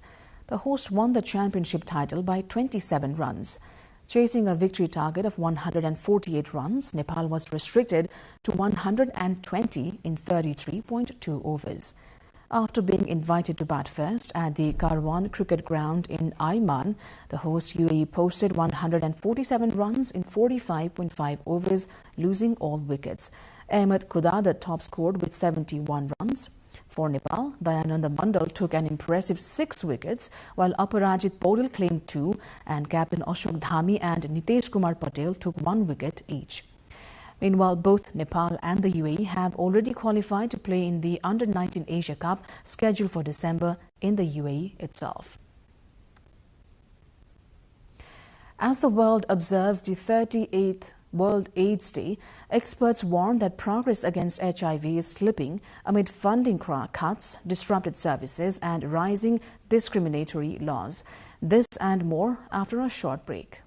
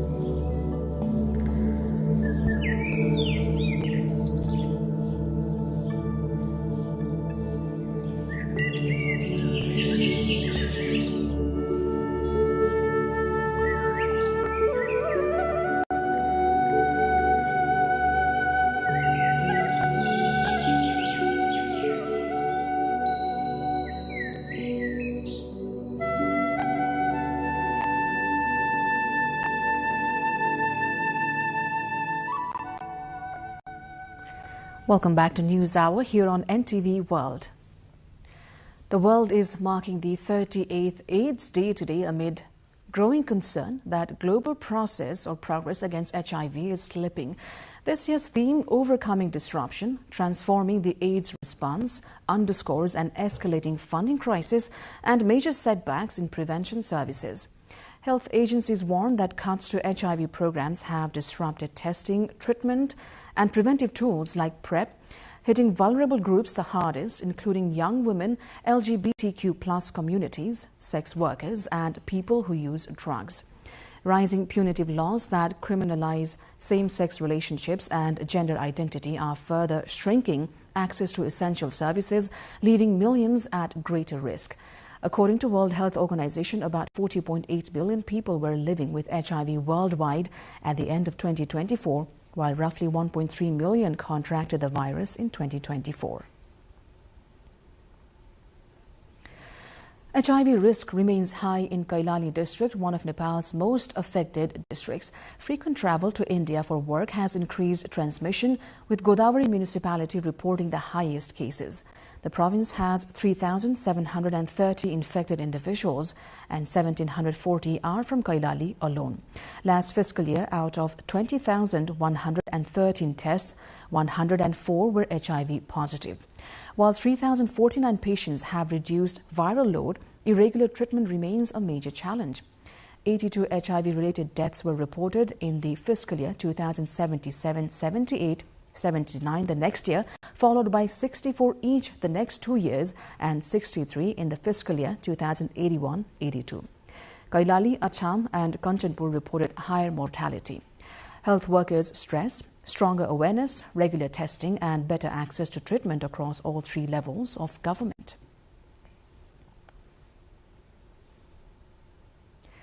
As the world celebrates AIDS Day today, South Asian nations are coming together for regional collaboration for AIDS response and research. Our colleague Virat Anupam brings you this story. This year, world celebrated World AIDS Day with the slogan of Overcoming Disruption, Transforming the AIDS Response. In the last 15 years, South Asia has made a remarkable progress in controlling HIV infections, which initially was spreading at an alarming proportion. According to the data of South Asian Association for Regional Cooperation SAARC HIV/AIDS Center based in Nepal, the subcontinent has curbed infection-related death by 75%. In the last decade, HIV-related death in the region has decreased by almost 4 times. In SAARC region, we have 1973 million population who are actually can have this kind of AIDS, and estimated number of people living with HIV is 3.02 million. And estimated new HIV infection we calculated within the all ages, that is the 67,520. That is actually quite a bit. Thanks to the advancement in medical science, awareness and state efforts, the numbers tell a remarkable success story. In South Asia, HIV/AIDS was detected first in 1986 in India and Pakistan. Nepal was third country in the region to identify HIV infections in 1988. Tuberculosis and HIV response is our priority, and then we particularly focus in the strategic areas in the HIV response, TB response, and we also focus in the research areas, surveys, and another important area is the laboratory, TB/HIV laboratory strengthening of the member states. In 2024 alone, 580 people died with HIV/AIDS in Nepal. In early 2000s, Nepal's recorded infection rate was over 5,000, which has decreased to 188 cases in 2024. This is a remarkable 90% decline. However, the numbers amount to recorded cases only. The South Asian Center is devising collective regional response strategy to further combat the spread with the aim of bringing the infection rate to zero by 2030. Talking about the global data, in Nepal alone, we are far success in that terms. Global, it is about 0.16, whereas Nepal is 0.02. So we have now around 35,000 HIV cases, and we are positive direction to attain the SDG goal 3. Despite decrease in digits of HIV/AIDS infections, skeptics fear the numbers don't reveal the full pictures, as many cases remain unregistered due to still prevailing social stigma. With camera person Samir Thapa, Virat Anupam reporting for Public Service Broadcasting, NTV World, Kathmandu. Concerns are mounting over persistent stigma and barriers in the fight against HIV in Nepal. Earlier, we spoke to the president of National Association of People Living with HIV/AIDS in Nepal, Khagendra Khadka, who says stigma remains a major hurdle.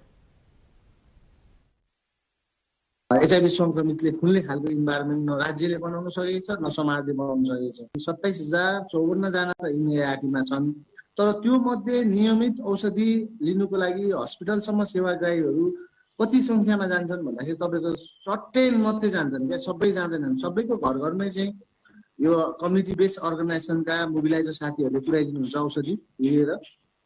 गोप्य रूपमा नै चाहिँ उहाँहरूले औषधि प्रयोग गरेर बस्नुपर्ने अवस्था भएको छ। कारण चाहिँ यही स्टिग्मा नै हो, यही विभेद हो। हामीले पाउनुपर्ने जुन कानुनी न्याय अधिकारका कुराहरू पाउन सकेका छैनौँ। त्यसैको लागि भनेर हामीले एचआइभी बिलमा चाहिँ अहिले काम गरिरहेका छौँ। एचआइभी विधेयक चाहिँ हामी बनाउने तर्फमा छौँ। एक किसिमको ड्राफ्ट रेडी भइसकेको छ। त्यो ड्राफ्टलाई हामी स्वास्थ्य मन्त्रालयसम्म पनि लगिसकेका छौँ। अब यो चाहिँ स्वास्थ्यसँग मात्रै सम्बन्धित नरहिकन यो चाहिँ गृह, अर्थ, शिक्षा, कानुन मन्त्रालय, त्यसपछि महिला तथा बालबालिका मन्त्रालय, यो सबै मन्त्रालयहरूसँगको समन्वय पछाडि मात्रै यो ड्राफ्टले कम्प्लिट एउटा रूप लिने भएको हुनाले चाहिँ यो स्वास्थ्य मन्त्रालयसम्म चाहिँ एक किसिमको ड्राफ्ट बनेर गएको छ। अब त्यहाँबाट अगाडि बढ्ने एउटा चाहिँ प्रयोजनको लागि अगाडि जाने अवस्था भइरहेको छ। A new UNAIDS report warns that major funding shortfalls are disrupting HIV services worldwide, resulting in deaths among people living with HIV and denying millions at risk access to vital prevention tools. The agency says the global HIV response is under severe threat, with local clinic closures and treatment interruptions causing lasting harm to communities. The report, here it is, details the devastating consequences of abrupt international funding cuts from many international donors, which sent shockwaves through low and middle-income countries heavily affected by HIV.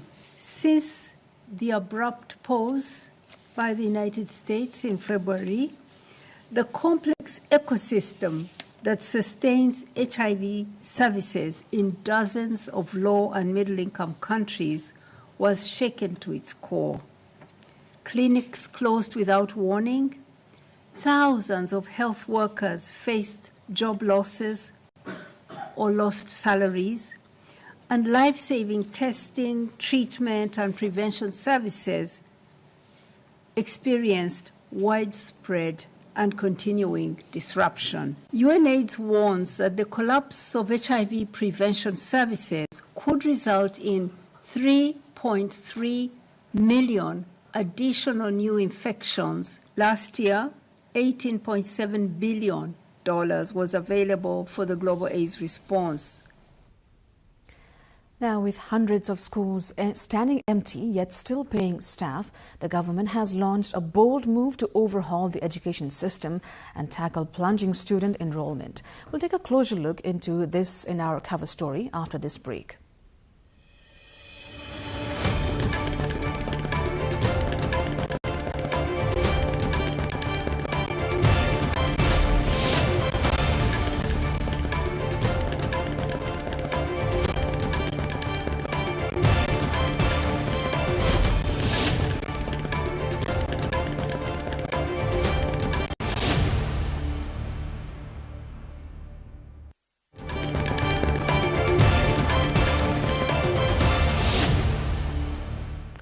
You're watching NTV World. Welcome back to News Hour. The Nepal government has planned to merge more than 15,000 community schools with low or zero student enrollment starting from the next academic session as part of a major initiative to reform Nepal's education system. Curriculum, teachers, and above all, students are the three essential components of a school. However, 1,600 public schools in Nepal currently have no students at all. Despite this, teaching faculty and staff are still being paid, prompting the government to introduce a public school merger scheme. Our colleague Vijeta Bhandari explores the declining trend of enrollment in public schools across the country. Nepal's public education system is undergoing a shift, which includes around 27,000 public schools. According to the Department of Education, these schools are serving over 7.5 million students across the country. But the enrollment is uneven and declining sharply in thousands of the public schools. According to the department, 15,000 public schools now have fewer than 100 students, and the number of students in about 1,600 schools is actually zero.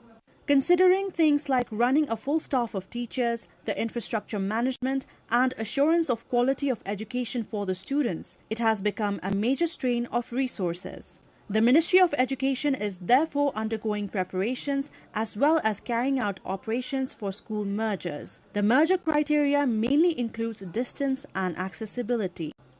विद्यालय मर्ज गर्नको लागि विभिन्न आधारहरू लिन सकिन्छ हैन यसमा चाहिँ एउटा चाहिँ भौगोलिक अवस्था हैन धेरै टाढा पनि विद्यार्थीलाई बालबालिकालाई जानु नपरोस् हाम्रो अनिवार्य तथा निशुल्क शिक्षा ऐनले 2 किलोमिटर भन्दा बढी विद्यार्थीले सामान्यतया हिँड्नु नपरोस् भन्ने परिकल्पना गरेको छ र बालबालिकाहरू पैदल हिँड्दाखेरि 30 मिनेट भन्दा बढीको दूरमा पनि हिँड्नु नपरोस् भन्ने परिकल्पना गरेको छ त्यति हुँदाहुँदै पनि कुनै विद्यालयमा विद्यार्थी संख्यै छैन हैन अथवा अत्यन्त न्यून छ भने न्यून विद्यार्थी संख्या भएको विद्यालयहरूलाई मर्ज गर्नुपर्ने गाब्नुपर्ने घटाउनुपर्ने अवस्था यस्तै किसिमको अवस्थाहरू हुन्छन् सामान्यतया. To guide these decisions, a detailed survey is being carried out in around 40 districts in the hilly region. The survey considers factors such as the geographic terrain, economic status of students, the physical condition of school buildings, and the overall need of the community. 1 2 3 भन्ने चरण त छैन तर पहिलो चरण भनेको चाहिँ हामीले पहिलो प्राथमिकता भनेको चाहिँ जहाँ विद्यार्थी पटक्कै छैनन् र हुने सम्भावना पनि छैन. अहिले चाहिँ हाम्रो बसाई सराईको दर हैन अब जन्म दरहरूको घट्दो क्रमले अब त्यहाँ केही वर्षसम्म चाहिँ बालबालिकाहरू विद्यालय सञ्चालन गर्ने गरेको अवस्थामा पुग्ने सम्भावना पनि देखिदैन र अहिले पनि छैन.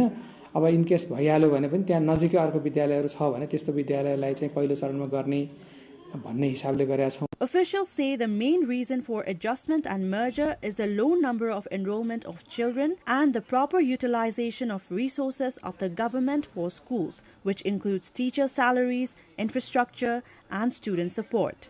As the process moves forward, the officials emphasize that the merger decisions are not taken at the central level alone, but in collaboration with the local levels concerned. शिक्षा मन्त्रालयले चाहिँ एउटा कार्यविधिहरू बनाइदिएर यो आधारमा मर्ज गर्न सकिन्छ भनेर चाहिँ मापदण्डहरू कार्यविधिहरू बनाइदिने हो.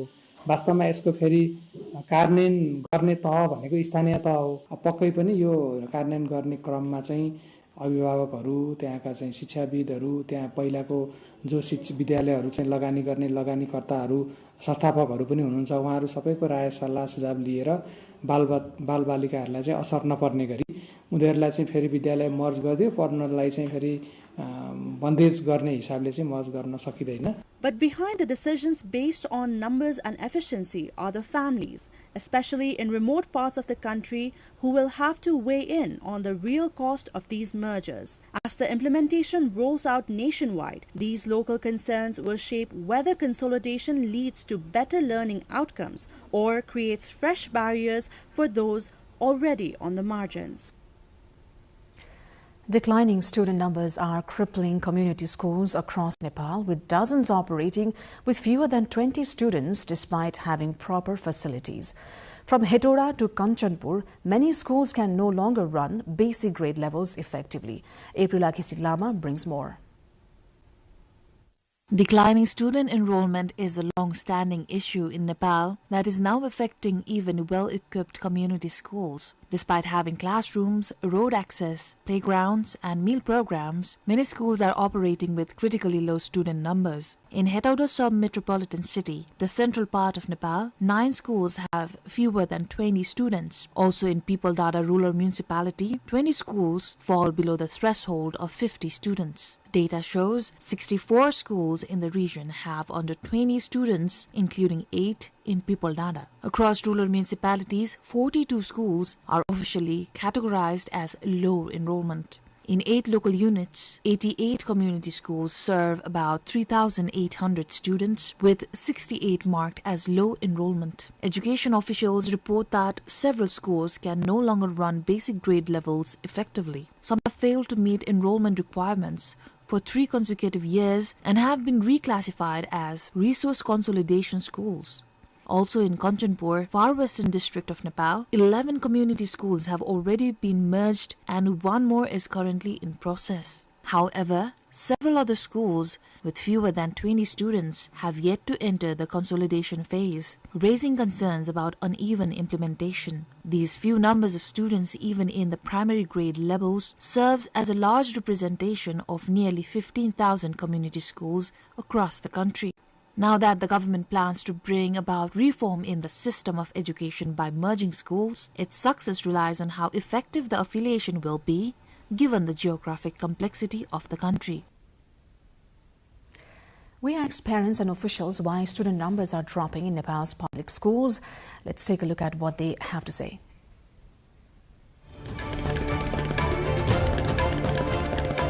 पहिला कति विद्यार्थी हुन्थे अब यहाँ स्कुलमा पढाइ राम्रो हुन्न कि बच्चाहरुको पता नि अब के होला स्कुलको कमीले गर्दा पनि त बच्चाहरु निकाल्छन् यहाँबाट यहाँ पढ्ने सबै विद्यार्थी बोर्डिङमा कसैले काहीँ पठाएर अब पैसा हुनेले बोर्डिङमा पठाउँछ नहुनेले त यही पढाउन पर्यो सानो बच्चा बोकेर बिहान पुर्याउन जाऊ साँझ लग्न आऊ हामीले कति समस्या हुन्छ विद्यार्थीलाई सरलाई सबैलाई गाउँमा पनि बैठक बसालेर पनि तिनलाई ल्याएर एक घरको एक केटीकेटी ठुला पढ्न त भयो 5 कक्षा तलका लागि चाहिँ ल्याउनै पर्ने भयो आर्थिक स्थिति ठीक भयो बोर्डिङतिर पढाउने अरु चाहिँ आफ्ना बालबच्चा जहाँ परिवारसहित एडमिसन गरेको भए पनि इन्डिया लगेर जाने त्यसपछि इन्डियाबाट फेरि एक्जाम भइसकेपछि आउने फेरि विद्यालय एडमिसन गरिदियो भनेर आउने फेरि त्यसपछि अझ 1-2 महिना पढे जस्तो गर्ने स्कुल गाउँतिर बस्ने भयो फेरि अझ जहाँ परिवारसहित पुरै इन्डिया जाने त्यसै गरी न विद्यार्थी पढाउने न स्कुलमा विद्यार्थी देखिने त्यो कारण पनि मेन हो जस्तो लाग्छ मलाई लोग्ने मान्छे घर छैन त्यो इन्डियाको मन जान्छन् जो शेर छ तिन त जान्छन् बोर्डिङ स्कुल पढाउँछन् हम गरीब मान्छेको कहाँ पढाउने सानसाना बच्चा हम यही पढाउनु पर्यो त अब यो स्कुल गयो भने त कहाँ पढाउने हो बच्चालाई ल्याउनु पर्यो घर कि कामले चाहिँ अब एक्लै मान्छे घर अब ठुलो मान्छे लैजाने ल्याउने मान्छे भयो भने त पढाउँछन् हमरा त को छ कोही हैन अब एक्लै मान्छे हो त निजी विद्यालय एउटा वडामा 2-2 छ घरमा गएर कन्भिन्स गरेर चाहिँ उहाँहरु त्यो विद्यार्थीहरु लगिराख्नु भएको छ सरकारको नीति छ अहिले सरकारी विद्यालयका शिक्षकहरु पनि विद्यार्थी खोज्ने अभियानमा जानुपर्ने हुन्छ तर उहाँहरु जानुहुन्न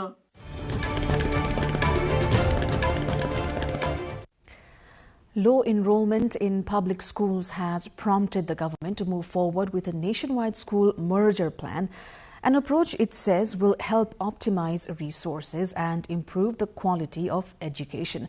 But the policy has also raised questions about its practicality, its impact on communities, and whether it truly addresses the underlying issues facing Nepal's public school system.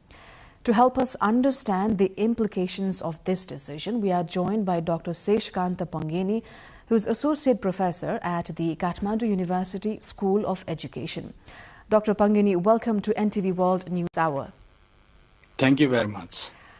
The government argues that merging public schools is necessary because of declining student enrollment. From an evidence-based perspective, does consolidation actually improve educational quality and resource efficiency in case of Nepal? Well, thank you. Even in your the cast earlier, the current evidences also suggest that while consolidation improves the administrative efficiency, the lowering for a student cost, but it often fails to improve educational quality, in fact, in the context of Nepal.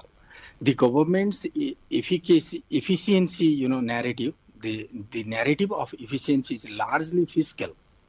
It's not pedagogical, actually.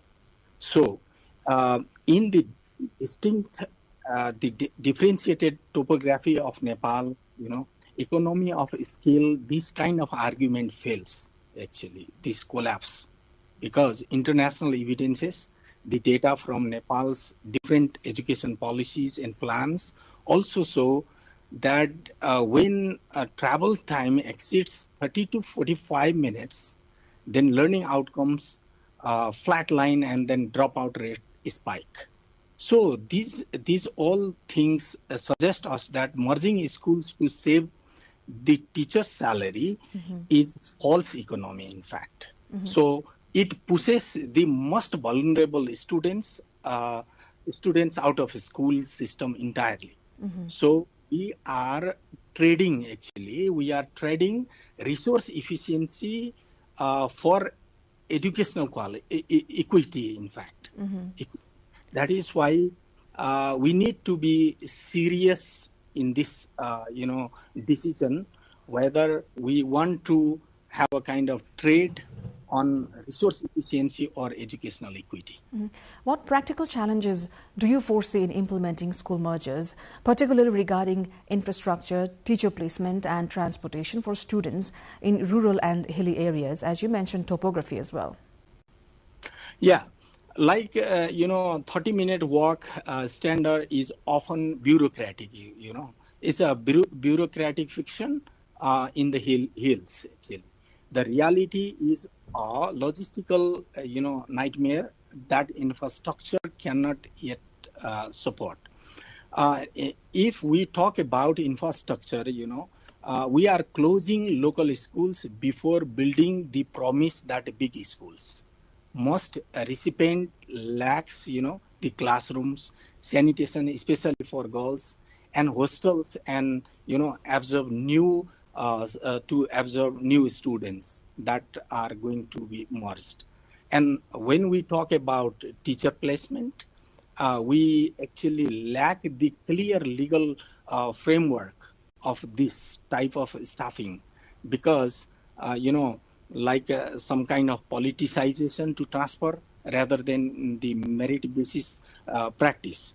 So this kind of consequences we see, and also the transportation. If we talk about, we don't have a proper the routes, reliable roads, and then school bus systems in rural Nepal.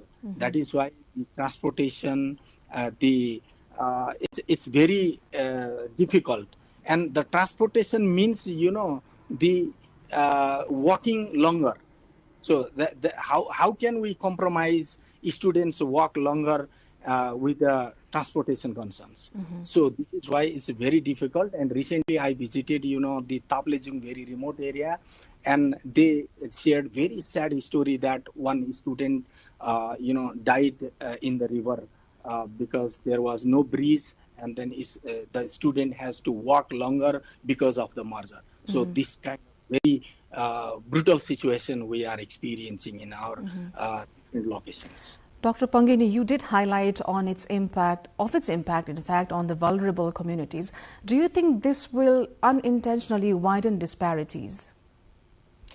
Yes, of course. The disparities are the kind of risk that there is a policy risk becoming a mechanism for school, gratification.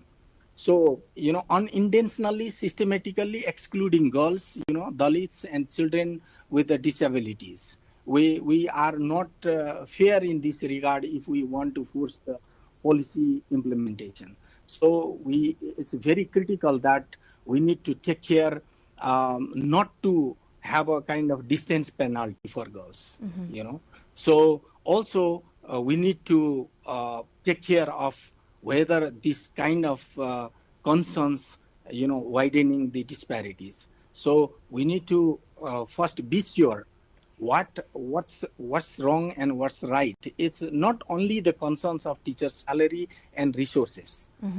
We need to even care for a single children. That counts a lot for providing education equally or receiving education equally. Well, before we let you go, do you think there are alternative strategies that the government could have pursued to increase enrollment and strengthen public education? Well, this is good concern and good question as well. Instead of moving students, which is very hard because of the geographical conditions and various other reasons, we should have moved resources, which is easier. So, for example, resource sharing, clustering. Instead of closing schools, we can create resource clusters. For example, math and science teachers can move from one school to another school, right? It's not like we teach a daily routine 45 minutes.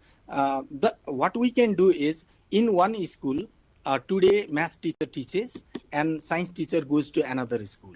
So like this way, one whole day math teaching or science teaching, or we also can implement, multi-grade teachings, not only a kind of single grade subject teachings in small classes. So also we can consider the teacher bank. We can, and then also volunteer mobilization. This kind of different, options are there. Also, recent days, technology. In one school, we can set up the technology, and another school, the teacher teaching from one school can be live broadcasted to another school, because government claims that internet is very good, strong internet is provided to all the school. If that is true, that is the case, why don't we leverage the technology for upbringing, and also addressing the equity concerns. All right, Dr. Pangani, and the murder cases. Well, thank you so much for joining us here on NTV World News Hour.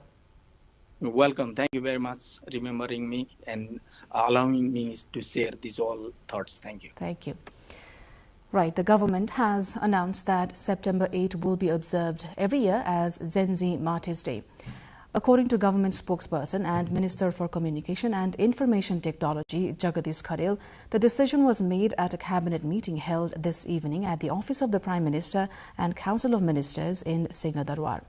The meeting also decided to provide martyr family identity cards, including parents, spouses and children. The cabinet also resolved January 15 onwards, any single transaction exceeding 500,000 must be conducted only through banks or financial institutions. The meeting also appointed Kumar Sharma Acharya as the chairperson of the Press Council, Nepal.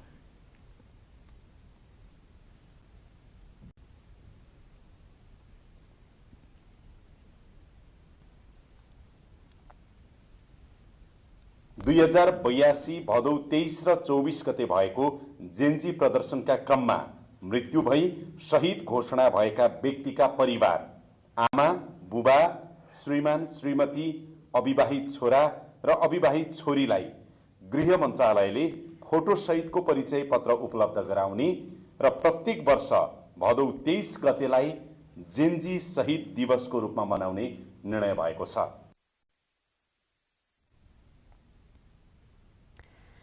Victims of troubled cooperatives in Nepal have been staging a sit-in at the office of the Troubled Cooperative Management Committee since last December, demanding the return of their savings. They allege that the government has shown little interest in recovering their funds, that cooperative representatives accused of fraud are not being properly investigated, and that the officials of the Management Committee are colluding with those involved in the cooperative fraud itself. Now, in eastern Nepal's main rice-growing region, a new restriction on foreign rice seeds has left thousands of farmers uncertain about what they can plant and what they can sell. The controversy centers on Nepal's heavy dependence on Indian seed varieties and the government's attempt to regulate them. Our colleague Smithu Kising brings a report. Koshi province in far eastern Nepal, bordering India, is the country's most productive rice belt. Districts like Jhapa, Morang and Sunsari form a lowland agricultural corridor where rice has been grown for generations. Yet, despite Nepal's long farming tradition, most of the rice planted here still comes from Indian seed varieties. Names like Ranjit, Sona Mansuli and BB11 varieties of rice dominate the market here, favored for their yield and taste. Farmers say this dependence also means Nepal sends billions of rupees or tens of millions of dollars to India each year just to purchase seeds. Last year, the Koshi provincial government acted to curb this trend. It enforced a new law known locally as the Seeds Regulation 2024, which restricts the sale and distribution of foreign seeds unless they are officially registered. Nearly 3 dozen agricultural cooperatives and seed companies were fined under the new rules. This year, the impact is clearly visible in the fields. Seed industries have begun refusing to buy back rice that farmers grew specifically for seed production, saying they cannot legally handle unregistered Indian varieties. Agricultural experts warn that banning the most widely used seeds could hurt farmers more than it helps. नेपालको release गरे पनि छैन, सूचीकृत गरे छैन, बिउको त्यो जुन chain छ नि, बिउको चेन त बिग्र्यो नि, अनि किसानले त्यही खोजिरहेछ। अब व्यापारीले अथवा बिउ उत्पादकले खोज्ने भने त जुन चीज बिक्छ त्यही उले उत्पादन गर्ने हो नि, अनि त्यसलाई लगाएर कारबाही गर्ने त के तुक नै छैन के। Nepal has tried to promote local options. Nepal Agriculture Research Council (NARC) has developed over 100 domestic rice varieties. However, many farmers say they cannot sell these grains because consumers still prefer Indian types. हामीले प्रशोधन गरिसकेको बिउ बिक्रीको लागि तयारी गरेर packaging गरेको बिउ हाम्रो जम्मा 49 टन मात्र बिक्री भएर बाँकी बिउ चाहिँ हाम्रो स्टकमा रह्यो। Nepal is part of Seeds Without Borders, a regional South Asian agreement that makes it easier for countries to share high-quality seeds. Farmers demand the government should develop Nepali seeds that meet market demand. As the next planting season approaches, farmers say they need clarity more than conflict. कञ्चन बिउ उत्पादनमा अहिले पठाउने कुरो छैन, रोकिरहेको छ, केही पनि छैन। अब यो राज्यले निकायले के गर्छ अनि त्यसपछि मात्रै भनेर अहिले बन्दै चाहिँ गरेको छ। The question now is whether authorities can craft a seed policy that protects national interests without leaving those who grow Nepal's food at a loss. Well, lined up ahead are the international updates, followed by business news. But before that, let's have a quick look at the headlines.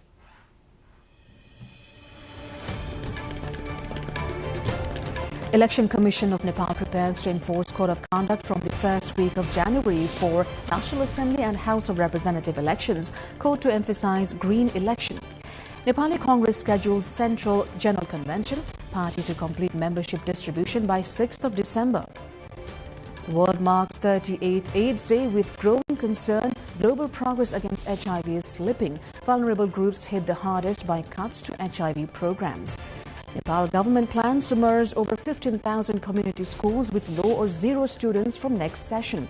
1,600 schools without children.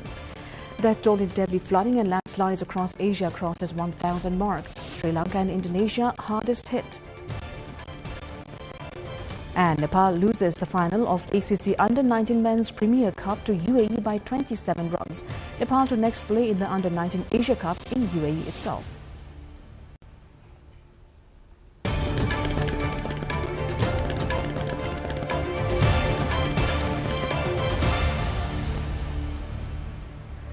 The toll in deadly flooding and landslides across parts of Asia climbed past 1,000 today as hardest hit Sri Lanka and Indonesia deployed military personnel to help survivors. Separate weather systems brought torrential, extended rainfall to the entire island of Sri Lanka and large parts of Indonesia, Sumatra, southern Thailand and northern Malaysia last week. Much of the region is currently in its monsoon season, but climate change is producing more extreme rain events and turbocharging storms. In Sri Lanka, at least 340 people have been killed. Many more are still missing.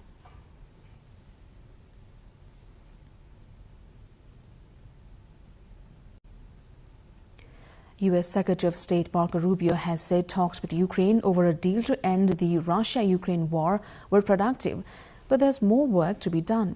The talks held in Florida were attended by a Ukrainian delegation led by National Security Council Secretary Rustem Umerov, Ukraine's new chief negotiator. Also at the meeting were President Donald Trump's envoy Steve Witkoff and Trump's son-in-law Jared Kushner.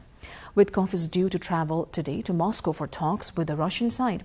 Sunday's meeting is the latest step in 2 weeks of intense diplomatic activity.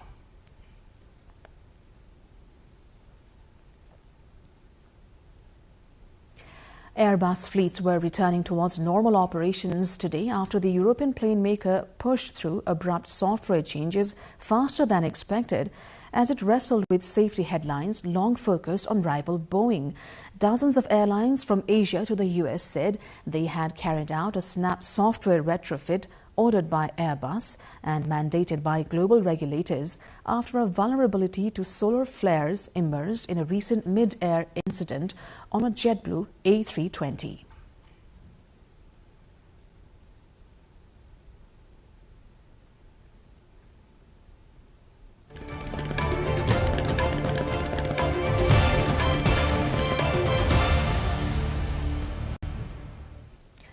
We will look into the business news when we come back after this short break.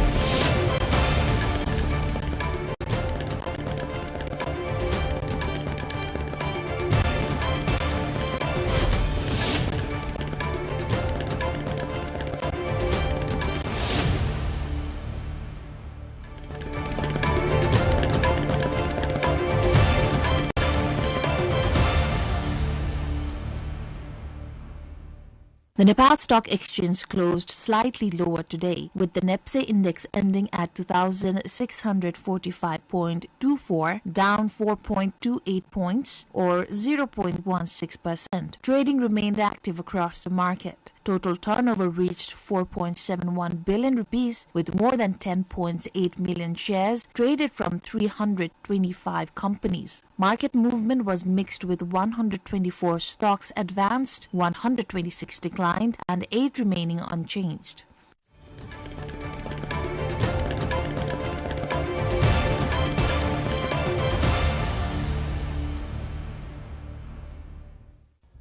Airbus fleets were returning towards normal operations on Monday after the European plane maker pushed through abrupt software changes faster than expected, as it wrestled with safety headlines long focused on rival Boeing. Dozens of airlines from Asia to the United States said they had carried out a Snap software retrofit ordered by Airbus and mandated by global regulators after a vulnerability to solar flares emerged in a recent mid-air incident on a JetBlue A320. Airbus said on Monday that the vast majority of around 6,000 of its A320 family fleet affected by the safety alert had been modified, with fewer than 100 jets still requiring work. But some require a longer process, and Colombia's Avianca continued to hold bookings for dates until December 8. The matter said the unprecedented decision to recall about half the A320 family fleet was taken shortly after the possible but unproven link to a drop in altitude on the JetBlue jet emerged last week. Following talks with the regulators, Airbus issued its 8-page alert to hundreds of operators on Friday, effectively ordering a temporary grounding by ordering the repair before their next flights.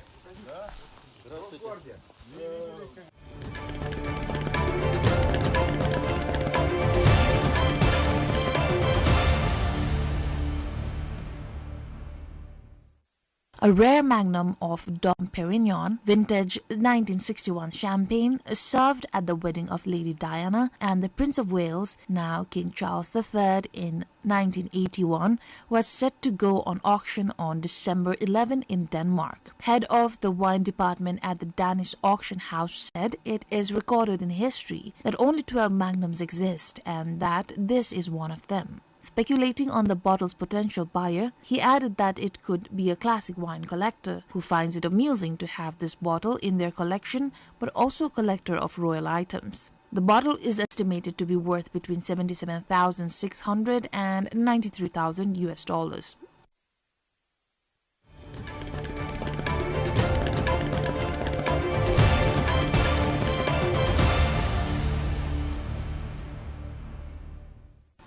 Hungary's $1 billion film industry, often called Hollywood on the Danube, is facing pressure as US President Donald Trump considers a 100% tariff on films made abroad. The country has become a major production hub for hits like Dune, its upcoming sequels, and acclaimed dramas such as The Brutalist. Foreign production spent a record $910 million in Hungary last year, drawn by low labor cost and a generous rebate scheme. However, that rebate program is now paused, raising fears that the industry could fall apart without long-term government support. For now, the country remains a top global filming destination, but its future is uncertain.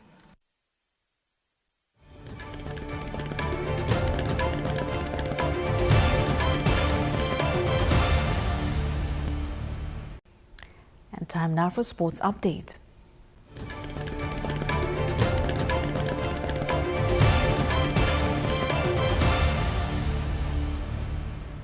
Nepal lost to the UAE in the final match of the ACC Men's Under-19 Premier Cup cricket held in United Arab Emirates. The UAE won the championship title by 27 runs. Chasing a victory target of 148, Nepal was restricted to 120 in 33.2 overs. For Nepal, Captain Ashok Dhami scored the highest with 34 runs, while Ashish Luhar and Roshan Vishwakarma contributed 25 runs each. The UAE's Yugjai Sharma and Ali Asghar Shams took 3 wickets each. Earlier, after being invited to bat first at the Karwan cricket ground in Ayman, the host UAE posted 147 runs in 45.5 overs, losing all wickets. Ahmed Khuda top scored with 71 runs. For Nepal, Dayanand Mandal took an impressive 6 wickets. Aparajit Podal claimed 2, and Captain Ashok Dhami and Nitesh Kumar Patel had a scalp each. Meanwhile, both Nepal and the UAE have already qualified to play in the Under-19 Asia Cup, scheduled for December in the UAE. Swedish pole vault star Armand Mondo Duplantis and US track sensation Sydney McLaughlin-Levrone have been named Athletes of the Year by World Athletics in Monaco. 26-year-old Duplantis also became the first men's pole vaulter in modern history to go undefeated for 2 successive years. He also set 4 pole vault records in 2025 as he won world titles both indoors and outdoors. Duplantis cleared 6.30 meters at the World Championships in Tokyo after successfully retaining his title as he broke the world record for the 14th time in his career. He also won it in 2020 and 2022. The other winner, McLaughlin-Levrone, ran the second fastest time ever on her way to claiming the world 400-meter title. She smashed the championship record and nearly eclipsed a 40-year-old world record set by Marita Koch of the former East Germany.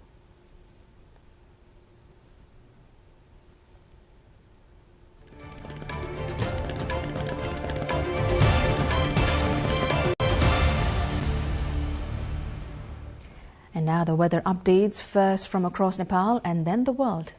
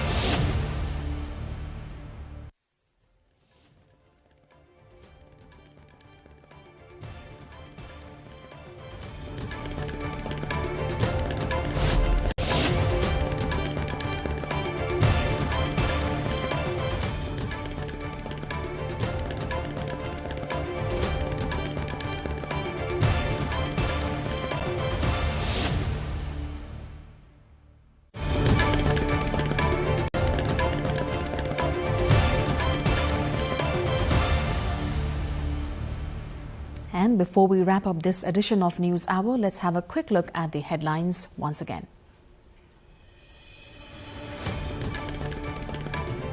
Election Commission of Nepal prepares to enforce Code of Conduct from the first week of January for National Assembly and House of Representatives election, called to emphasize green election.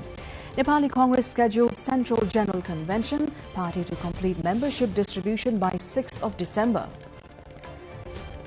The world marks 38th AIDS Day with growing concern. Global progress against HIV is slipping. Vulnerable groups hit the hardest by cuts to HIV programs.